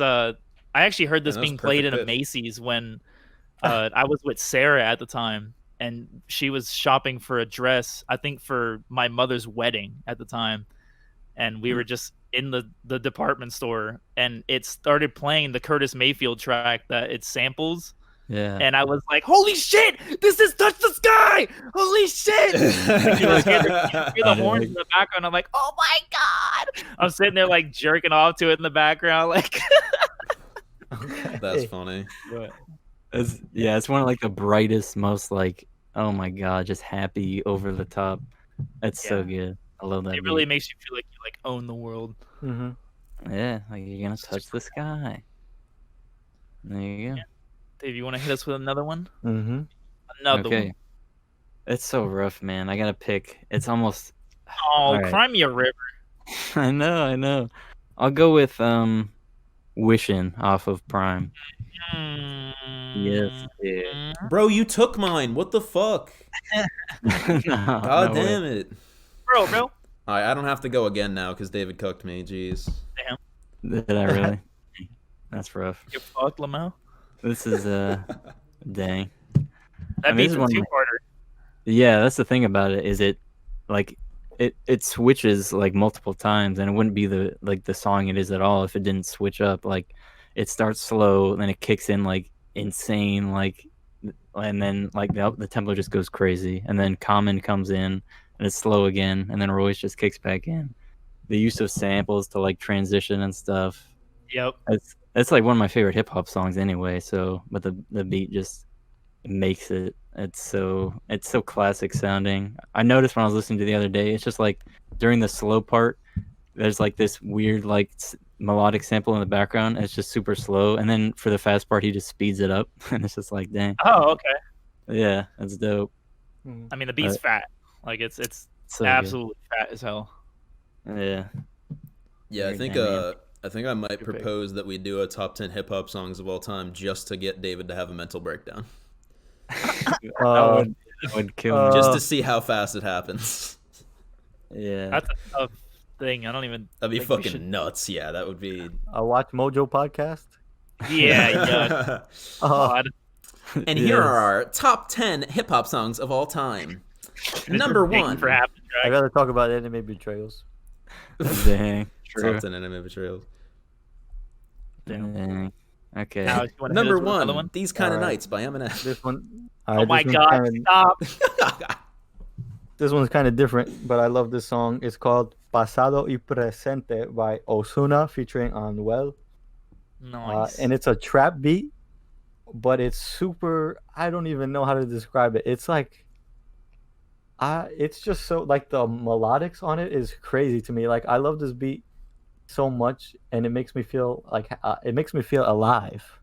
Nice. It's my current ringtone. Okay. That's dope. I have this beat as my ringtone because it's dope. I mean the vocals on it, the way they harmonize is dope, but like the actual lyrics are just talking about women, so it's not really nothing too deep. But the beat itself is just like is crazy to me, and there's like a vocal chop in there that you can kind of make out, and there was like 6 producers on it. There's a lot of producers on it, but dang, if you want to listen to it, go ahead. Pasado y presente. It means past and present. It's really good. It's really good, and it came out in 2018 on his second album, Aura, which I think is his best album. But dang, we were supposed to see Ozuna. This past April, but the pandemic just completely shat on our chest. And that still says rescheduling, but we'll see what happens with it. No, I mean it got rescheduled to the following April. Remember? But even when I go on it now, it still says it's being rescheduled. So I don't know if that's definite. We'll see though. Yeah, it's because I would definitely love to see him. We shall see, but that would be dope as fuck. Yeah, I'd be the only white kid there. Surprised. It's really fun because I think I'm good at Spanish, and then I randomly hear a Spanish hip hop song, and I'm like, okay, maybe not. Dang. I don't know. You can make out the pa pa pa pretty well. We'll see. I don't know. It's some of them do enunciate way more, and that's what happens. Is like I get slow, and it's like I can't separate the words. No, I know what you mean. So definitely. I mean, it's definitely something that like English does as well. If you talk fast enough, the words just blend together. Yeah. So it's just like not having enough experience with it. No, yeah, for sure. I get you. Yeah. Who was next? Cameron, I think, if he has more. You wanna hit us with another one, or are you tapped out? I mean, I don't have a hip hop beat. I was asking you guys when we were talking about this if EDM was like valid, because it's Go for it. Technically the whole thing is a beat. If you You feel gonna it. hit us If with you a feel Cash Cash song? Wait, what? You gonna hit us with a Cash Cash song? Why? Because I like them so much, or what? I was just that's the only EDM group I've Okay. heard you talk about. Oh, okay. Yeah, I didn't know if that was like exactly what you just said. If that's the only one I've said to you. No, one of my like all-time favorite songs actually is "Summer" by Marshmello, and what just made me think of that was when Alex just said like the beat makes him feel alive. Like the beat on "Summer" just makes me feel like warm. It's like it just feels nice as it like kind of washes over you, but it's also like kind of hype and happy and all that stuff. So it's I mean the whole thing is a beat. It's just EDM. There's no lyrics, there's no nothing. So but it's a really good song. I like it a lot. I'm so glad you didn't say Calvin beat me Harris. happy. I thought you were gonna say "Summer" by Calvin Harris, and I was like, Oh, no, don't do that. yeah. No, I think every major EDM artist has a song called "Summer." So Probably Dang. It's summer music. Transport you to the I season. think there's like That's 4 that have a song called "Alone," including Marshmello as well. So there's Dang. some buzzwords that they like to title stuff, but I think this Cool. one kid has one called "Nature," but that one's really good actually. I That's was an about album. to That's an say, EP actually. Damn. I can't really say anything because I haven't called nature. Dang. No, I mean it's not. There's a difference between like cliche and like played out. It's Yeah. not like I agree. like it being common doesn't just immediately degrade value. Yeah, Common's a man. great rapper. Yeah, exactly. Comment is great. He was on Wishing. That's All a right. fact. Goddamn. All right. I think now I'm tapped out. We I all think y'all circle can back. take it away from now on. Okay. Yeah, All right, Trevor. Well, all right. I'm gonna do 2 because Cameron is talking about EDM, and if we're talking about like all-time favorite songs, then it's got to be, it's a song called "Gold Stupid Love," and it's by Illenium and Excision. And I think I played it for David in the car one time. I don't remember, but it's like half of it like builds up on a verse from this like beautiful female vocalist, and then it kicks off into a beat that Illenium makes, which is like typical for his lane, and then Excision comes in with the super dubstep shit, and it's like super hard, and then it redoes it again, but instead of Illenium being the first that drops, then it's Excision the second time, so that goes Excision and then Illenium closes out the track. But it's like super fucking cool and super hard. I was so obsessed with this track for like 3 weeks at least after I saw Damn. him. Dang. I think even one of my IG posts, I quoted that song because that was around the time that I had met Rocio, so I was just being corny, and I think that's when I saw Chainsmokers. Mhm. Yeah, is it stupid that I love you? Yeah, right there. That's dope. You can hear like both the producers' imprint on the song and like their Oh singing. yeah. That's super Oh dope. yeah. If you know either of those 2 artists, you just like when their part comes on, you're just like, holy shit, that's him. Dang. So, I appreciate that. I But just- my hip hop song. Oh, keep I going. What just happened? muted my mic for a second to listen to that to see if I had heard it, because I've heard of a similarly titled song, but it's not this one that you just recommended. And I was about to come back and say that's a way harder EDM beat than I thought you would enjoy, and then I remembered you listen to metalcore, and I was like, okay, never mind. Yeah, no. I was like, nah, that's actually super predictable, so never mind. No, I do dig some dubstep, but that song I recommended is hard as fuck. I love it. Yeah, Definitely. give it a listen when you can. But my hip hop track would probably have to be "Lord Knows" by Mr. Aubrey Drake Graham off of Take Care. This is a Just Blaze produced beat, and it's legend for sure. It's just hard as fuck. It's one of the hardest beats I think I've ever heard in my entire life. The drums are super hard. Dang. It just sounds so triumphant, and he's on his bravado shit on there and just braggadocious the entire time, just saying or just letting y'all know that he's better than y'all. And What's hip hop without a little braggadocio? Hell yeah. no. Dang, I gotta listen. I'm sure I've heard that, but I gotta actually listen. We played it in the car. Yeah. I remember y'all like laughing at his bars because he said, "I fell in love with the pen, started fucking the ink." Oh, I definitely that wasn't Drake. That was Ross. Don't fucking go at Drake like that. Ross, yeah. He'll say something. I don't know if that's not supposed to be funny, especially the way you just said that. But the way he just says it so seriously in the song. That's fucking. That is funny as fuck. Yeah, wow. Yeah. Oh, man. And then he does his at the end of the bar. Yeah. So yeah, that's fine. That's what's up. Do we want to do one more round? Yeah, real quick. Oh, I should have mentioned "Wishing" is produced by like my favorite producer of all time, DJ Premier. Yeah. Dang.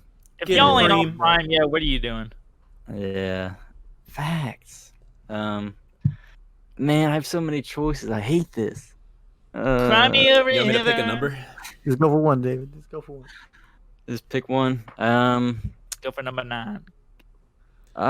Two number 9s. Number 9. You went the wrong house, fool. Dang. I'll go with Lucifer by Jay-Z. West. Wow, okay. Lucifer is dope. I've always loved this beat. I mean, the song is insane, but I mean, there's a lot of options, but this one, the way Kanye uses the sample, it's like just clearly genius. I don't know, like if I could ever get to that level of using a sample, it's just crazy. Like that Lucifer, like he'll like change the length each time. He'll bring it like that's what he's known for.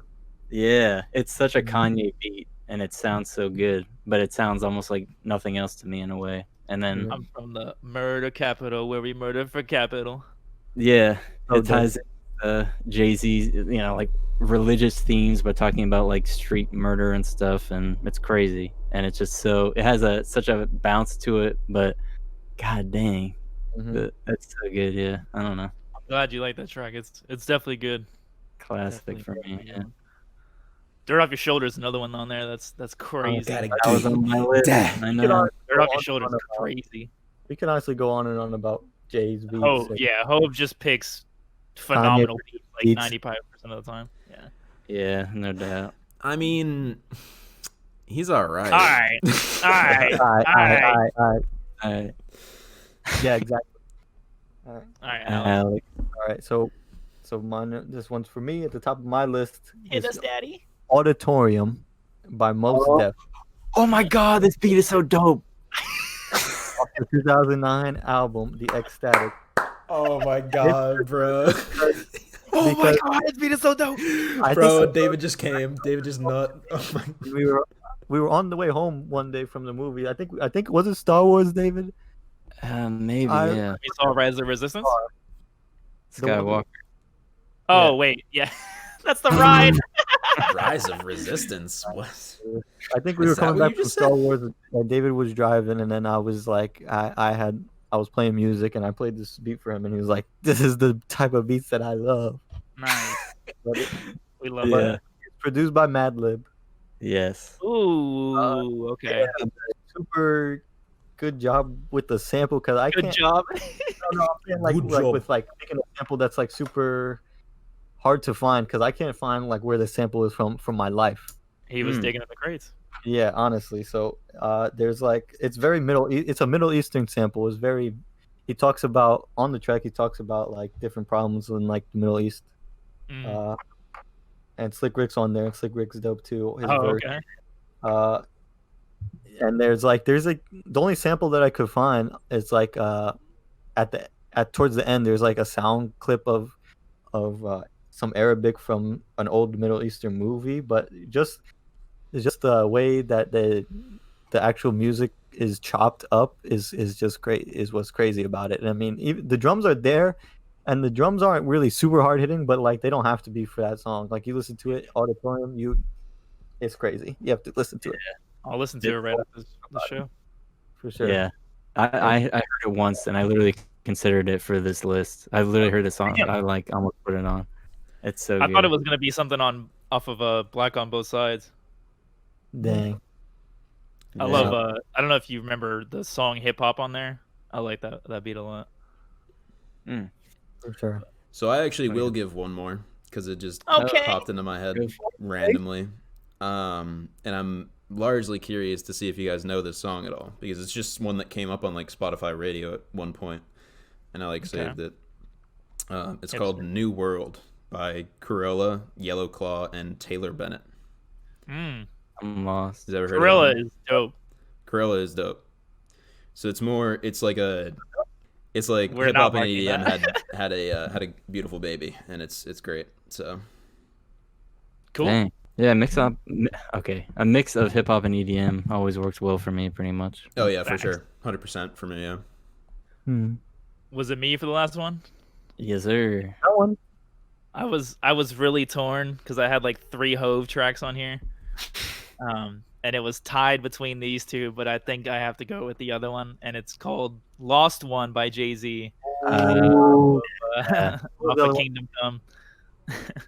This shit, I remember like I remember listening to it when I was on my walk. I walk around my neighborhood occasionally, and it's like a 3-mile walk, but it stretches over a lake.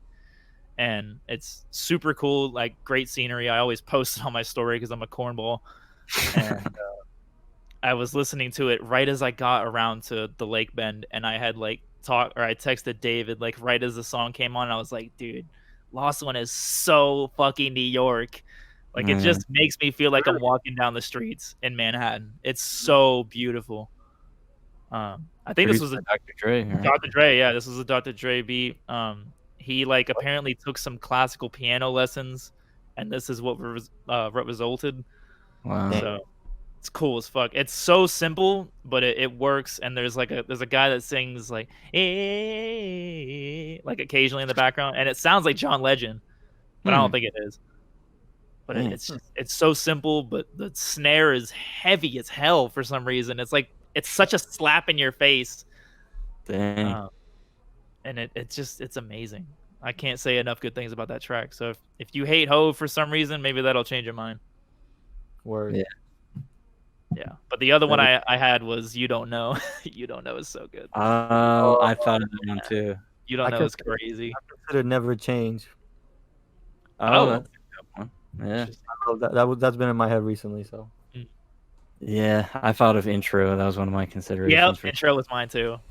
But I remember when I showed you Blueprint, we were going to see Kendrick for the first time together. And I was playing Blueprint in the car for him, and he had never heard the album. It's by Jay-Z. And he heard You Don't Know, and his face like went all stank, and he's just like, bruh. And like the way it like leads out with the vocals, and he's just like giving it his all. David's just like, God dang. Like, Yeah. I consider that one for sure. That's Such one a of the best hard-ass produced albums of all time, no doubt. Facts. It's the most consistent hip hop album in my eyes, like in terms of beats. Yeah, it's great. So For sure. and I think I recommended Cameron for you to listen to that. Did I not? Or was that Reasonable Doubt? I can't remember. You sent me both. The massive cuck with Jay is that he's not on. He and He's on it. he now. and Beyonce have Tidal, and so they're on iTunes if you like buy it or whatever. But they're not on Spotify, which is what They're I use on for Spotify literally. now. They are now. Yeah, he's been on Spotify for like a year now. Why the fuck didn't you tell me? I emailed This you is the your album. fault Just at this put it on your point. phone. Exactly. I can't. Well, actually, I could do that, but Yes, you can. Like, Well, just download. can- Anyways, just listen to that album now, please. that could be it's our more fun next to frustrate recommendation. you, honestly. Yeah. That could be our next one. Yeah. Spotify. No, but he wasn't on Spotify for the longest time. He did eat it her. They finally did the deal. So if I look up Jay right now, I can actually find him. Damn. Yes. You sure? Dang. Incredible. Wow. there was a time where it Would was you all believe? Not even on YouTube you could find it. Yeah, not even on YouTube. I remember that. Yeah. So That's crazy. cool. All right. All right. Well, do we want to talk about this shitty new COD that's coming out? I hate you, honestly. I actually massively dislike you. Get the fuck out of here. Okay, let me just say, like, how the fuck can you give us such a beautiful engine in Modern Warfare last year and then revert back to Black Ops 2 looks? Dang. It doesn't even look like the other COD. Yeah. Yeah. It's like they I don't have think that's like a terrible thing, patent though. for that engine. It's not going to play as smoothly Because and the hit detection is going to be Treyarch like it always is. I Treyarch's hit detection is Trinidash. All right, naysayer, you want to talk about the actual game instead of just a bunch of bullshit? But that's what's going to come when we play the game. It doesn't matter how like fun it looks. I've never like felt that being such a terrible part of like a Treyarch game or an Infinity Ward game or whatever. Like just sometimes shit happens. So that's what I look at it as. But anyways, yeah, I mean the multiplayer looks cool. There's no specialists anymore. New Call of Duty. The perks look crazy. I don't know if you've seen the perks or not, but they're fucking overpowered as hell. I wanted you to have go... like 8 attachments on your guns now. Oh dang. Yeah, the gunsmith I think is still a thing. I didn't actually get to see very much about that. Definitely the biggest things I wanted to hit on because I know they're like things I kind of took notes on when I was just watching gameplay and watching them explain it that I wanted to hear your opinion on because Trevor has very, as you just heard, strong opinions on Call of Duty. And he will not love a Call of Duty unless the game makes it be loved. What the fuck did I just say? Yeah, I don't even know what to say. Unless the game demands Trevor to love it, he won't, basically, is what I'm saying. Okay. So anyway, a couple of things I wanted to hit on that I knew. So the game is Call of Duty Black Ops Cold War. Awful 2 colons in there, I think. Oh, wow. It's supposed to be a direct sequel to COD Black Ops 1, in where now the timeline is supposedly that it goes like Black Ops 1, now this COD, and then it's like a parallel timeline in which like BO2, 3, and 4 are like one parallel timeline, and then the Modern Warfare games are the other parallel timeline. It's like a whole weird thing. So done with this shit. Yeah, it's just weird how they try to make IP. sense of it. But anyway, so the first thing that I was gonna hit on was with the perks is that Ninja is back in the game as a perk, and like awareness or whatever they're calling it is back in the game as a perk. And where was that? I don't know. He just said that there is like a sound whoring perk. Oh, okay. I don't know what it's called. He didn't have it on during the gameplay, so I couldn't see it. I was trying to find the part on the stream where the guy I'm talking about is I'm Marksman, who's like a either current or former pro player who streams COD all the time. And he was one of the ones who got invited to the event, which was kind of fun to watch because like every single person on both teams was a big name. So it was like kind of surreal to see that. It was weird how it's not weird how they did it, but they can't congregate anymore like they did for previous capture events. So they had everyone stream. Yep. Like they gave everyone like an alpha code, and everyone was playing at home, streaming their reactions and shit. And then the official COD stream would jump from like streamer to streamer while also talking about the game and stuff. So I think they put on a pretty good show. I only watched part of it. The commentators were really awful, but the game looked kind of fun. They kind of tend to be, but yeah. So the way that's going to work, people were pissed about Dead Silence being like not a perk in Modern Warfare. It's back to being a perk. It's back to working all the time, but it doesn't like completely silence your footsteps, which is apparently like Black Ops 2, how Black Ops 2 was. Yeah, Black Ops 2 didn't. Definitely. And then the sound whoring perk doesn't counter Ninja. Ninja counters the sound whoring perk. So for anyone who doesn't know what that means, it's like you have a $250 headset on and you're listening to like super high frequency sounds like footsteps to like tell where people are before you can even see them and stuff like that. So it's like a super try hard thing, which I have done for years now, of course.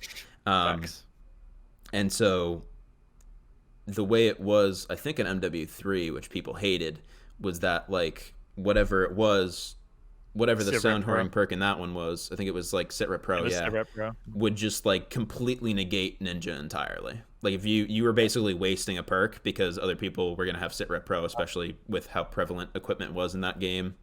It was the same with Ghost. Ghost had Yeah. Amplify, and you could literally hear across the map. And it was Yeah, just I remember you game-breaking. talking about that. And they I barely never, played that yeah, game. they never changed it. But yeah. So the perks look cool. There's like one wild card slot, so it's not like it's kind of a blend between like The the pick 10 and the system regular. and like traditional create a class.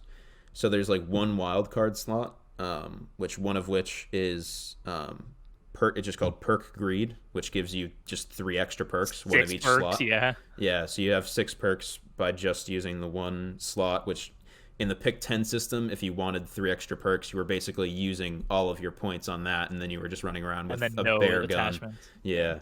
So this will be interesting. It's gonna be a people are gonna have a lot of perks and a lot of shit on their gun, and it's gonna be very interesting in that respect. I like the theme of the 80s. Yeah, Yes, I was gonna say. I love They it. lay into it. It's What were you gonna say, David? Go ahead, yeah, David. I was just gonna say, yeah, like I'm not caught up. I'm gonna be like the old man freaking over here because I haven't played a COD in years. But the Cold War setting sort of entices me, and now that I know it's linked with Black Ops, that's kind of cool. Yeah. Definitely cool Yeah. setting.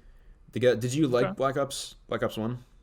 Oh yeah, As a that multiplayer? was one of my Black favorites. Ops 1 was yeah, Because the classic. streamer I watched just kept on saying when people were asking him about the feel of the game, he was like, "Yeah, it just feels like Black Ops, but on an updated engine." Yeah. I liked it when I seen Reagan in the trailer. I was like, no Yeah. way. Yeah, bro. Like, Crazy. like Mission. historical figures, like when in Black Ops 1, when like JFK was in it. I thought that was like so cool. Yeah, Yeah, for yeah. sure. It's such a cool zombie map, being able to play as like the 4 And Castro. It's like yeah, JFK, Castro, Nixon, Castro, and Nixon, right? McNamara. Gorbachev or Yeah. something. McNamara, I think. Yeah. McNamara, Secretary McNamara. Gorbachev, LOL. I hope to God that they do that for this, like for this, because Zombies is coming back. Yep, confirmed. I hope that they do that, like where you can play as like politicians from that era. Yeah, the one they teased was on a battleship, I think. Yeah. So that was see. interesting. So yeah, I Well, want to see how you feel, Trevor, very specifically about. Were you trying to say well, something, Alex? Nah. I was just gonna talk about a map, but go ahead, see what Trevor. Okay, No. we can do maps and setting, and then I'll move on to more nitty. We can I didn't keep. watch a lot of gameplay. Let's keep but- on with maps and setting, and then we can go into the more nerd stuff that I have written down. Okay, I didn't watch a ton of gameplay, but I did see before this was like, it was like a map with like it was like a ship map, and the dude was like going into the water, and like there was capture points in the water, and like it was on jet ski. That was thought on that Armada, I think it's It's- called. It's like yeah. a combined arms game mode. It's like 12v12 domination. Yeah. Yeah, So there's There was, like, 5 maps- capture points. Battlefield. Yeah. And I don't like. I've never been a fan of like super large scale battles in COD. Like they just always felt out of place for me. So I don't know how this is gonna feel, but I love Battlefield, so I maybe like they. the way It did. still, and like the jet skis and stuff is cool. Yeah, Yeah. they have armored boats and fucking Yeah. machine guns on top of them. It's nuts. Yeah, if they make that like fast paced, then yeah, it could definitely be cool. Yeah. A cool enhancement. Yeah. The other map that I saw that people were liking a lot was Miami. If you guys don't know, Miami had this massive Art Deco phase, which is like a very, very specific style of architecture and like facades put up in a certain way. And so it just like you see that and it screams Miami. And so it's actually a night map even. I don't know if there's a day version as well, but when I saw it, there was a I hope night not. map, which was cool. I'll get to hear Trevor scream about lighting again, which will be fun. Get the fuck out of here. So- District is trash, and you know it. that you're not wrong. Oh, District is just gross. It's not like the lighting is just like it. It's you're just You're in the middle of a sandstorm, for Yeah, you're God's just in a sake. dust storm. It's not. Yeah. But anyway, yeah. I mean that's COD 4, right? So. Yeah, 2007. But then when they remastered it, was still dog shit. So. it still look yeah. Anyway, so yeah, that looked really cool. It looked like they're really gonna try to bring the 70s 80s vibe and feel to it through the architecture, through setting, through the cars look the way they're supposed to, and the streets are laid out the way they are, and all that cool stuff, and the tech is period accurate and all that good stuff. So I always like city maps, like the Oh, yeah. idea of them, because I love like metropolitan areas. Like I'm a huge fan of like New York City and shit like that. So when I see it in video games and being able to like run around it, it's really cool. But usually the city maps tend to be trash to me, just because there's so many buildings and places to camp. But this Miami map and the other one, Moscow, look really cool. I think they look really really cool, and the way they That's dope. flow is maybe better than the others. But yeah, Yeah, we we'll will see. definitely see. Everything I've seen so far has pleased me. I've not been upset with most anything I've seen. Yeah, it's not very exciting, but it looks solid, if that makes sense. Like I know what you mean. Yeah. it's not mind blowing at all. It's almost like a Yeah, not run at of the all. mill COD. Like, so When we'll is it see. coming out? November 13th, I think. No way. Is it then? Kingdom I Hearts. Yeah. want to say I thought it was earlier, but I actually really don't know. Yeah, it's in November. I know that. Okay. You guys keep talking about it. November, right? There's a lot going on in general. Cyberpunk, the Cyberpunk. election. Yeah, Cyberpunk is in. Let me see. Okay, so yeah, Cold Yeah. War comes out November 13th. Kingdom Hearts Melody of Memories, November 13th. Dang, the same day. Cyberpunk comes out the week after Call of Duty, so That's Call of crazy. Duty is big dead. It's dead. People are gonna play it for the week. Yeah, that's kind of GG for COD, honestly. That's big GG. Unless it And gets delayed again, but It Oh, will no, get delayed. Don't you the worry. developer said that they're not going to delay it anymore. They said believe they it. He's I heard that last time. This is but the they said time. this was new. So Yeah, this is definitely the time, I think. They've been releasing so many trailers and Welcome to Night City stuff. Yep. At some point, it has to come out. So yeah. It looks so good, and I can't wait for us to spend like 7 I'm gonna episodes like put discussing it. so much fucking time into that game and just talk about nothing but it. Sydney's gonna be fucking sick of me. Like it's gonna be. I just can't wait for the PS5 to come out. I'm like so ready for a new generation of consoles. Yeah. So dang. excited. Yeah, Can be lit. I need me some fucking money. I was not Yes, able to sir. get my work study job back, so I am currently fully jobless and having no income whatsoever. So, Yeah. you know, It'll listen to happen. the Just podcast, sell pump these everything numbers you up own so I and can get afford a new console. Yeah. A lot of new games Not coming that out this this is year. getting A lot of monetized big anytime titles. soon, but for sure, Yeah. after what seems like a drought of video games, Definitely a drought. Yeah. oh yeah. everything's been delayed and all that. So There Yeah. hasn't been that many huge titles. I mean, Fall Guys has been the trend. Fall for Guys. Yeah. Yeah, something to look forward to now. Video game. Fall Guys is definitely interesting. I mean, I've seen it a lot, but it's just like it's interesting that they made it $20, and it seems like it would be like if it was a free game, they would make so much money off microtransactions. I If they think did. so too. I don't think they Yeah. expected it to explode the way it did. Pop off the way it did. Yeah. Yeah. They Yeah, could it's funny. definitely do like a Fortnite thing. The kids would go crazy and have a season pass, and it's free for everybody. It would be Yeah. 10 Yeah. times It's right now. It's weird because now it's like, okay, well, we can't go back. Like we can't make it free now after so yeah, many you people can't have make it spent free the now. $20 on the game. Yeah. So it's And it's a well, it's weird on position for a PlayStation and it's developer on- when they realize like, okay, this game is this popular. If it was free, it'd be more popular, and we could do the whole monetizing the battle pass thing. But then what do we do about all the people that already spent the money in the game? You got to give them something great. Give 'em Like, hey, this $20. was like a day one thing. Yeah. Like, give them a skin $20 that cosmetic. give them a funny skin how- that no one can get. Yeah. I feel like that keeps happening though. Like Fortnite, they didn't expect it to be so huge. Like Battle Royale was a side mode at first. And what else was there? There was like dang. Yeah, now, I I mean, feel Fortnite's a like fool. the one where it It's was like definitely- just a dinky little battle royale that wasn't even like the battle royale was like a complete afterthought, like you said. Like that game was designed to be like a co-op zombies PvE kind of a shit. thing, PvE, yeah. And then they just did the Yeah. battle royale as an afterthought because they were saying like, DayZ and PUBG are like kind of popping off, so like we'll just throw this in as a mode and attract some players or what have you, and then it just fucking exploded. I mean, yeah.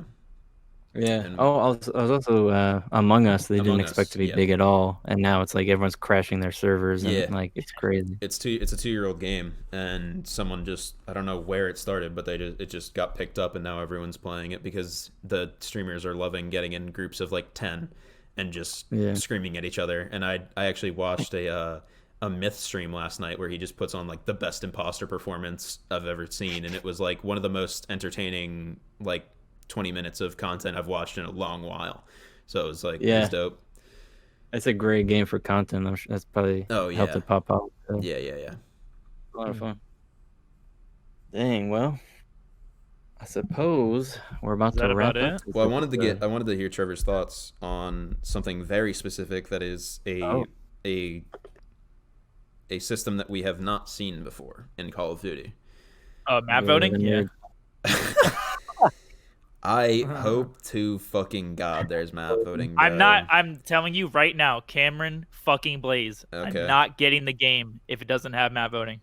I'm not fucking playing it. That's a fair take. You don't have map voting in Modern Warfare? No. Nope. What? Oh, They took away one of the most simplistic and beloved systems ever. Yep. That's insane. And never, I'm not buying the game if it has map voting. Random ass 40-year-olds in a focus group room somewhere told them that it didn't matter, and then their stock numbers were still going up, so they were like, I guess it doesn't matter. Don't fix it if it ain't broke, right? Yep. And so they just kept on like It it's literally shareholder bullshit. It's literally they're just not listening to the community whatsoever. Whatever. All right, what's the topic? Say that again, Alex. I couldn't hear that. I said there's literally no reason for them to even take that out in the first place. Exactly. No, it's not. It's nuts. It's literally nuts. That's pretty much standard. It is standard because it's been a thing since Black Ops 1, but they even had vote to skip for 3 years before that with COD 4, World at War, and MW2. I did not know that. Yeah, it's pretty nuts. I mean, it was the core things that bother me the most about MW, which it's a beautiful game. It plays really well. I like it a lot. But the things that drove me up the wall and still do is that there was no map voting, and that there's no lobby leaderboard. The scoreboards, there's no lobby leaderboard. The scoreboards are so freaking dumb. Well, the lobby in general is like somehow worse than it was in even like Black Ops 2 and everything like that. Not saying Black Ops 2 lobbies were bad, but I'm saying that was a while ago, and they're now reverting to like a system that works not even close to as well. That's crazy. You can't even see, like, to put it into perspective, you can't even see. I'm almost positive, right? You can't see your KD in team deathmatch, but you can see how many times you died in domination when you're playing. That's what I was about to say. That's the most ass backward thing ever. Yeah, is that supposedly they said in an interview that's like supposed to protect new players from realizing how fucking terrible they're doing. And so they just don't show them their deaths. And it's like, I'm not a fucking baby, dude. Like, just please stop. Yeah. Like, you're insulting the community by telling them that they're going to get sad and quit the game by seeing their deaths. It's like, I'm pretty sure EKIA comes back in this game. That's where, like, if you do any damage to someone and then they so happen to get killed by someone else, you still get kill credit. Oh, I think that's happening again. So health bars are back. Yeah. Overheads and over vehicles, actually. And then also, nice. it tells you, you know how it pops up on your screen, like the amount of points of damage you dealt or percentage of damage you dealt in like Overwatch. It does that for this, where it says like eliminated however much damage done down the bottom. That's cool. Yeah. And then when I was watching, when he looked at the scoreboard, I think he was playing Kill Confirmed at the time. So it showed kills and then confirms, and then if you click into or like scroll directly over a certain player, it'll put down the bottom a bar of their like detailed stats where you can see their deaths. So that's like a fine middle ground for me. I guess, yeah. That's like an okay middle ground for me. I mean, it still is like annoying because he had to like click through each player to see their KD, but I'm sure it's gonna be muscle memory once we start playing. Like, probably. Let's just fucking see it. But probably. What was the thing you wanted to hear about? Do you know about the way kill streaks work? Yeah. How do you feel about that? Score streaks, it should technically say. I don't like it. Those of us that don't know. Yeah. So the way score streaks work, he was asking us to expand upon it. So yeah, definitely. I just wanted to see how you feel about it to begin with, and then I was going to go into it. The way they're doing it now, I'm pretty sure, is that you don't lose your streak upon death. So they made the score streaks, which used to be like, say, like a 1,300 streak for your helicopter. Now it's like 6,000 points. Oh, But you don't reset when you die, so everyone's gonna get it. It's like a participation trophy, that's but interesting. it also limits the amount of score sheets that are going to be called in during a match, because say you have a chopper gunner at the end, you're not going to get it until like the last 2 minutes of the match, and then your streak resets. So it's going to limit kill streaks, and I think I actually like that idea, but It's I interesting. don't like the way they did it. Like now, even like Yeah. UAVs, like all the basic of stuff is like super costly. Yeah. Yeah, like fucking spy planes are like 600 points, and you only get like 50 points a kill. It's like, but yeah, the way it they works padded is it. It's like you get a multiplier. So like Yeah, the more times exactly. you kill in a single life, you get a multiplier on your points. So it's kind of cool. It's If you cool. go on a big streak, you'll be rewarded. But So then it's we'll kind of like you can't repeat streaks, then, right? You can't like keep getting the same stuff if you die over and over. I don't think so. Like what if do you mean someone by that?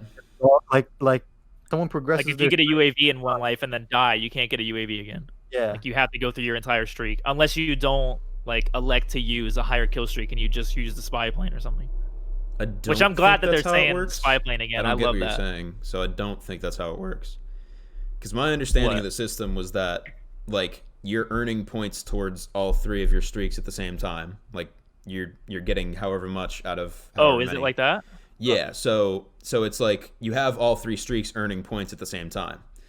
So you don't have to like complete the UAV and then you start earning the next one. You're earning all three of them at the same time. They're just worth significantly more amounts of points. No, yeah. I mean, that's how it's always been put. Like Alex was saying, Yeah.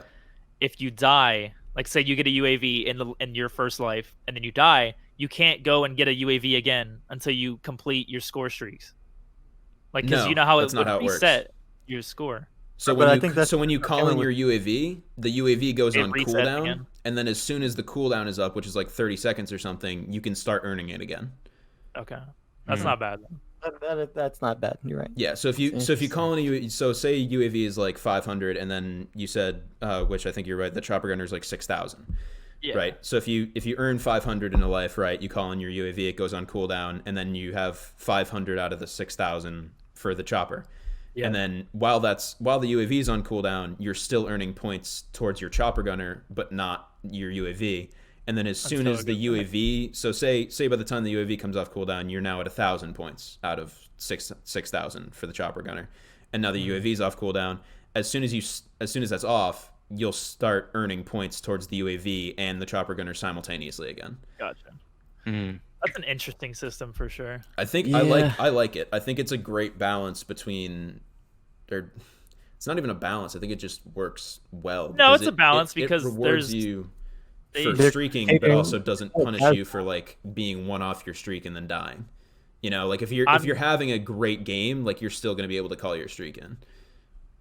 I'm just glad that they have score streaks again, because kill streaks are absolute cancer to the Call of Duty community. It's just nothing but camping that people do. Yeah, so I went up my streak, I can't die.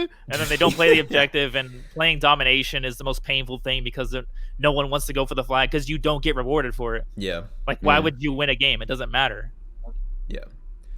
So, so the way it boils down, like you said, it's 50 points. So it's 50 points for kill on things like Dom and things like Dom and kill confirmed and stuff like that. And then your second kill is worth 100, and then your third is worth 150, and then I think your fourth is worth 150, and then it like progressively goes up. That's cool. I don't mind that system. Yeah. And so and then you get like 50 points per tag and stuff like that. But then since the chopper gunner is worth 6,000 points, if you have a 1 KD in a game, you'd have to go 120 and 120. Yeah. Like you'd have to get 120 kind of a kills if you balance. have a one I like 1 that. KD. So you're just not gonna earn your chopper if you're not like going on streaks. Yeah, I was thinking of one of my favorite parts of COD was, even though I was so bad at it, just trying to stay alive and go on a streak, and that took some of the edge out of it. But I guess if there's that, then it's good. Yeah. Then it is a good balance. I like the system Yeah. a lot. Yeah. You still have to hurry to get your streak and be a decent Hurry, player. it makes it easier for everybody. Yeah, That's cool. I'm down with that. I'm down for sure. Yeah, I might get. Yeah. Did you see the VIP escort game mode? I did not know. So Is it like it's Is it like the World War II one? I don't remember that one, You but remember? I it's think it was just called basically War. It was like you escort a tank like throughout the map or whatever. no. Or payload fuck for that game Overwatch. mode. Oh no, wait, no, I it's think I did see it. I think I do know what you're talking about. Actually, it's the one with like knockdowns, right? yeah. So it's you Okay. go 6v6 on knockdowns, which is basically when you get shot and killed, quote unquote, you're able to be revived by your teammates. But it's like search and destroy in that it's an elimination game mode, but you have to escort a certain player who only has like a pistol to an OBJ marker, like somewhere in the map or whatever. It's like a bomb site that they have to get to be extracted, and then they win the round. Yeah. So That's it's cool. you're not planting bombs, you're like escorting. So it sounds pretty cool. I like It's the like way it protect looked, the yeah. president. Yeah. It looks cool. Yeah. Definitely better than like cyber attack that they had in Black Ops 3, where you just like killed people around the robot and it Yeah. moved and it was so awful. Oh yeah. Oh That was my bad. god, what was That that? was bad. What was that actually called? I can't remember, I but it don't was know. atrocious. Cyber attack is like the off search and destroy from Modern Warfare, Yeah. but Mhm. yeah, like that Mhm. escort thing with the fucking with the robot. I forgot about that game mode. That's hilarious. Mhm. Like Oh, man. Uplink. Yeah. No, Uplink is no. Never mind. That's not Uplink. Uplink was the one where you Safeguard. throw the yeah, safeguard. Uplink was the one where you like threw the little baseballs Yep. into the Is a like, basketball data game fields mode. or Yeah. whatever. Yeah. Oh yeah. Uplink was dope. Yeah. That was one of the like hypest competitive game modes where they would like For make sure. an Seeing outrageous people just comeback and they, haymaker it like 'cause downtown. they would set up like passing routes basically where they would like get the ball in the center and then just like throw it over buildings to each other and then like yeet it over another whole nother building to hit the basket or whatever, and it was like some crazy moments came out of that for sure. Yeah. David, do you think you're gonna get this new COD or? Saying that. Yeah, I don't know. tap out? It's out of any that could come out. It's the one I'm most likely to get because I do like Treyarch and what Okay. they do with most of the stuff, and it's a cool time period. So I I'd be might. super down if you got it. That'd be It's awesome. tough with like I never get Call of Duties anymore, but I might. Way. Yeah. What about you, get Alex? it? I don't know. I mean, my brother's into Call of Duty, so maybe, but Probably just gonna have But it for for me- free. for me, it's like I don't know. Like, yeah, it's interesting. I'll give it that, but I don't know how much I'll really play it because, like you said, like Cyberpunk's coming out the next week. Yeah, and it's like, But- and with my time with school, my time with video gaming has been limited these days. So like, I have to think about my time. To be fair, Cyberpunk's only gonna be like it. You might play it a couple times, like, but it's not supposed to be that long. I think it's like 30 hours. So 30 you could hours. probably- you could probably pick up Call of Duty like down the line, but But I wanted to be my cousin and spend 200 on my character. oh my god. Yeah, it's probably gonna Hello? depend a lot on how you play it. Well, I I think- think one of their design decisions for the game was that it was supposed to be replayable, like in a sense where the game didn't take that long. Like considering the scope of the game, it didn't take that long to get through, so you would feel incentivized to do another path because there's like 3 main paths that you can choose. Yeah. That's I heard interesting. it's like $150 million budget or something like that. right Yeah, now. it's like a fucking movie. CD It- Projekt video Red, game for baby. I'm definitely getting that. That's Made gonna be good. made David's. Where'd that land on your list, David? The Witcher 3, Number 5. So yeah, number 5. I yeah. I definitely CD trust in Projekt CD Projekt Red. Absolutely. So Time will Yeah. tell. All right, we I- just nerded the fuck out. That was awesome. It's dope. I love it. looking towards the future. Yes. sir. Well, Always. thanks everybody for listening, and a special thanks to our most esteemed guest, the Hey. legendary producer Amo, Thank you also for known. having me, brothers. Thank you Where- for having me. Where can the people find you on SoundCloud? They can find me AMO AMO on SoundCloud. Listen to my beats. But if you want to get in with me personally, I'll be exclusive on the Oh. Unboxing Life podcast. Oh, Ooh. Yes, sir. Hey, hey. it's not like you're gonna say on Spotify or something like you just got a Nah. deal. Nah, I'll be I'm exclusive. exclusive here, bro. I'm exclusive here. You hear my voice. That's That's dope. what's up. Thank you for coming today. Thank you for having me. Absolutely. Thank You can come kick it Alright, whenever you want. For sure. Yeah. thank you everybody for the continued support of this podcast. We are absolutely appreciative of everything that you guys do for us, and we hope you stay with us. Yeah, we love you guys. Stay safe and take care. Of course, love Peace you. out. Goodbye, people. It's been real, guys. Thanks for listening. Adios. Peace out, baby.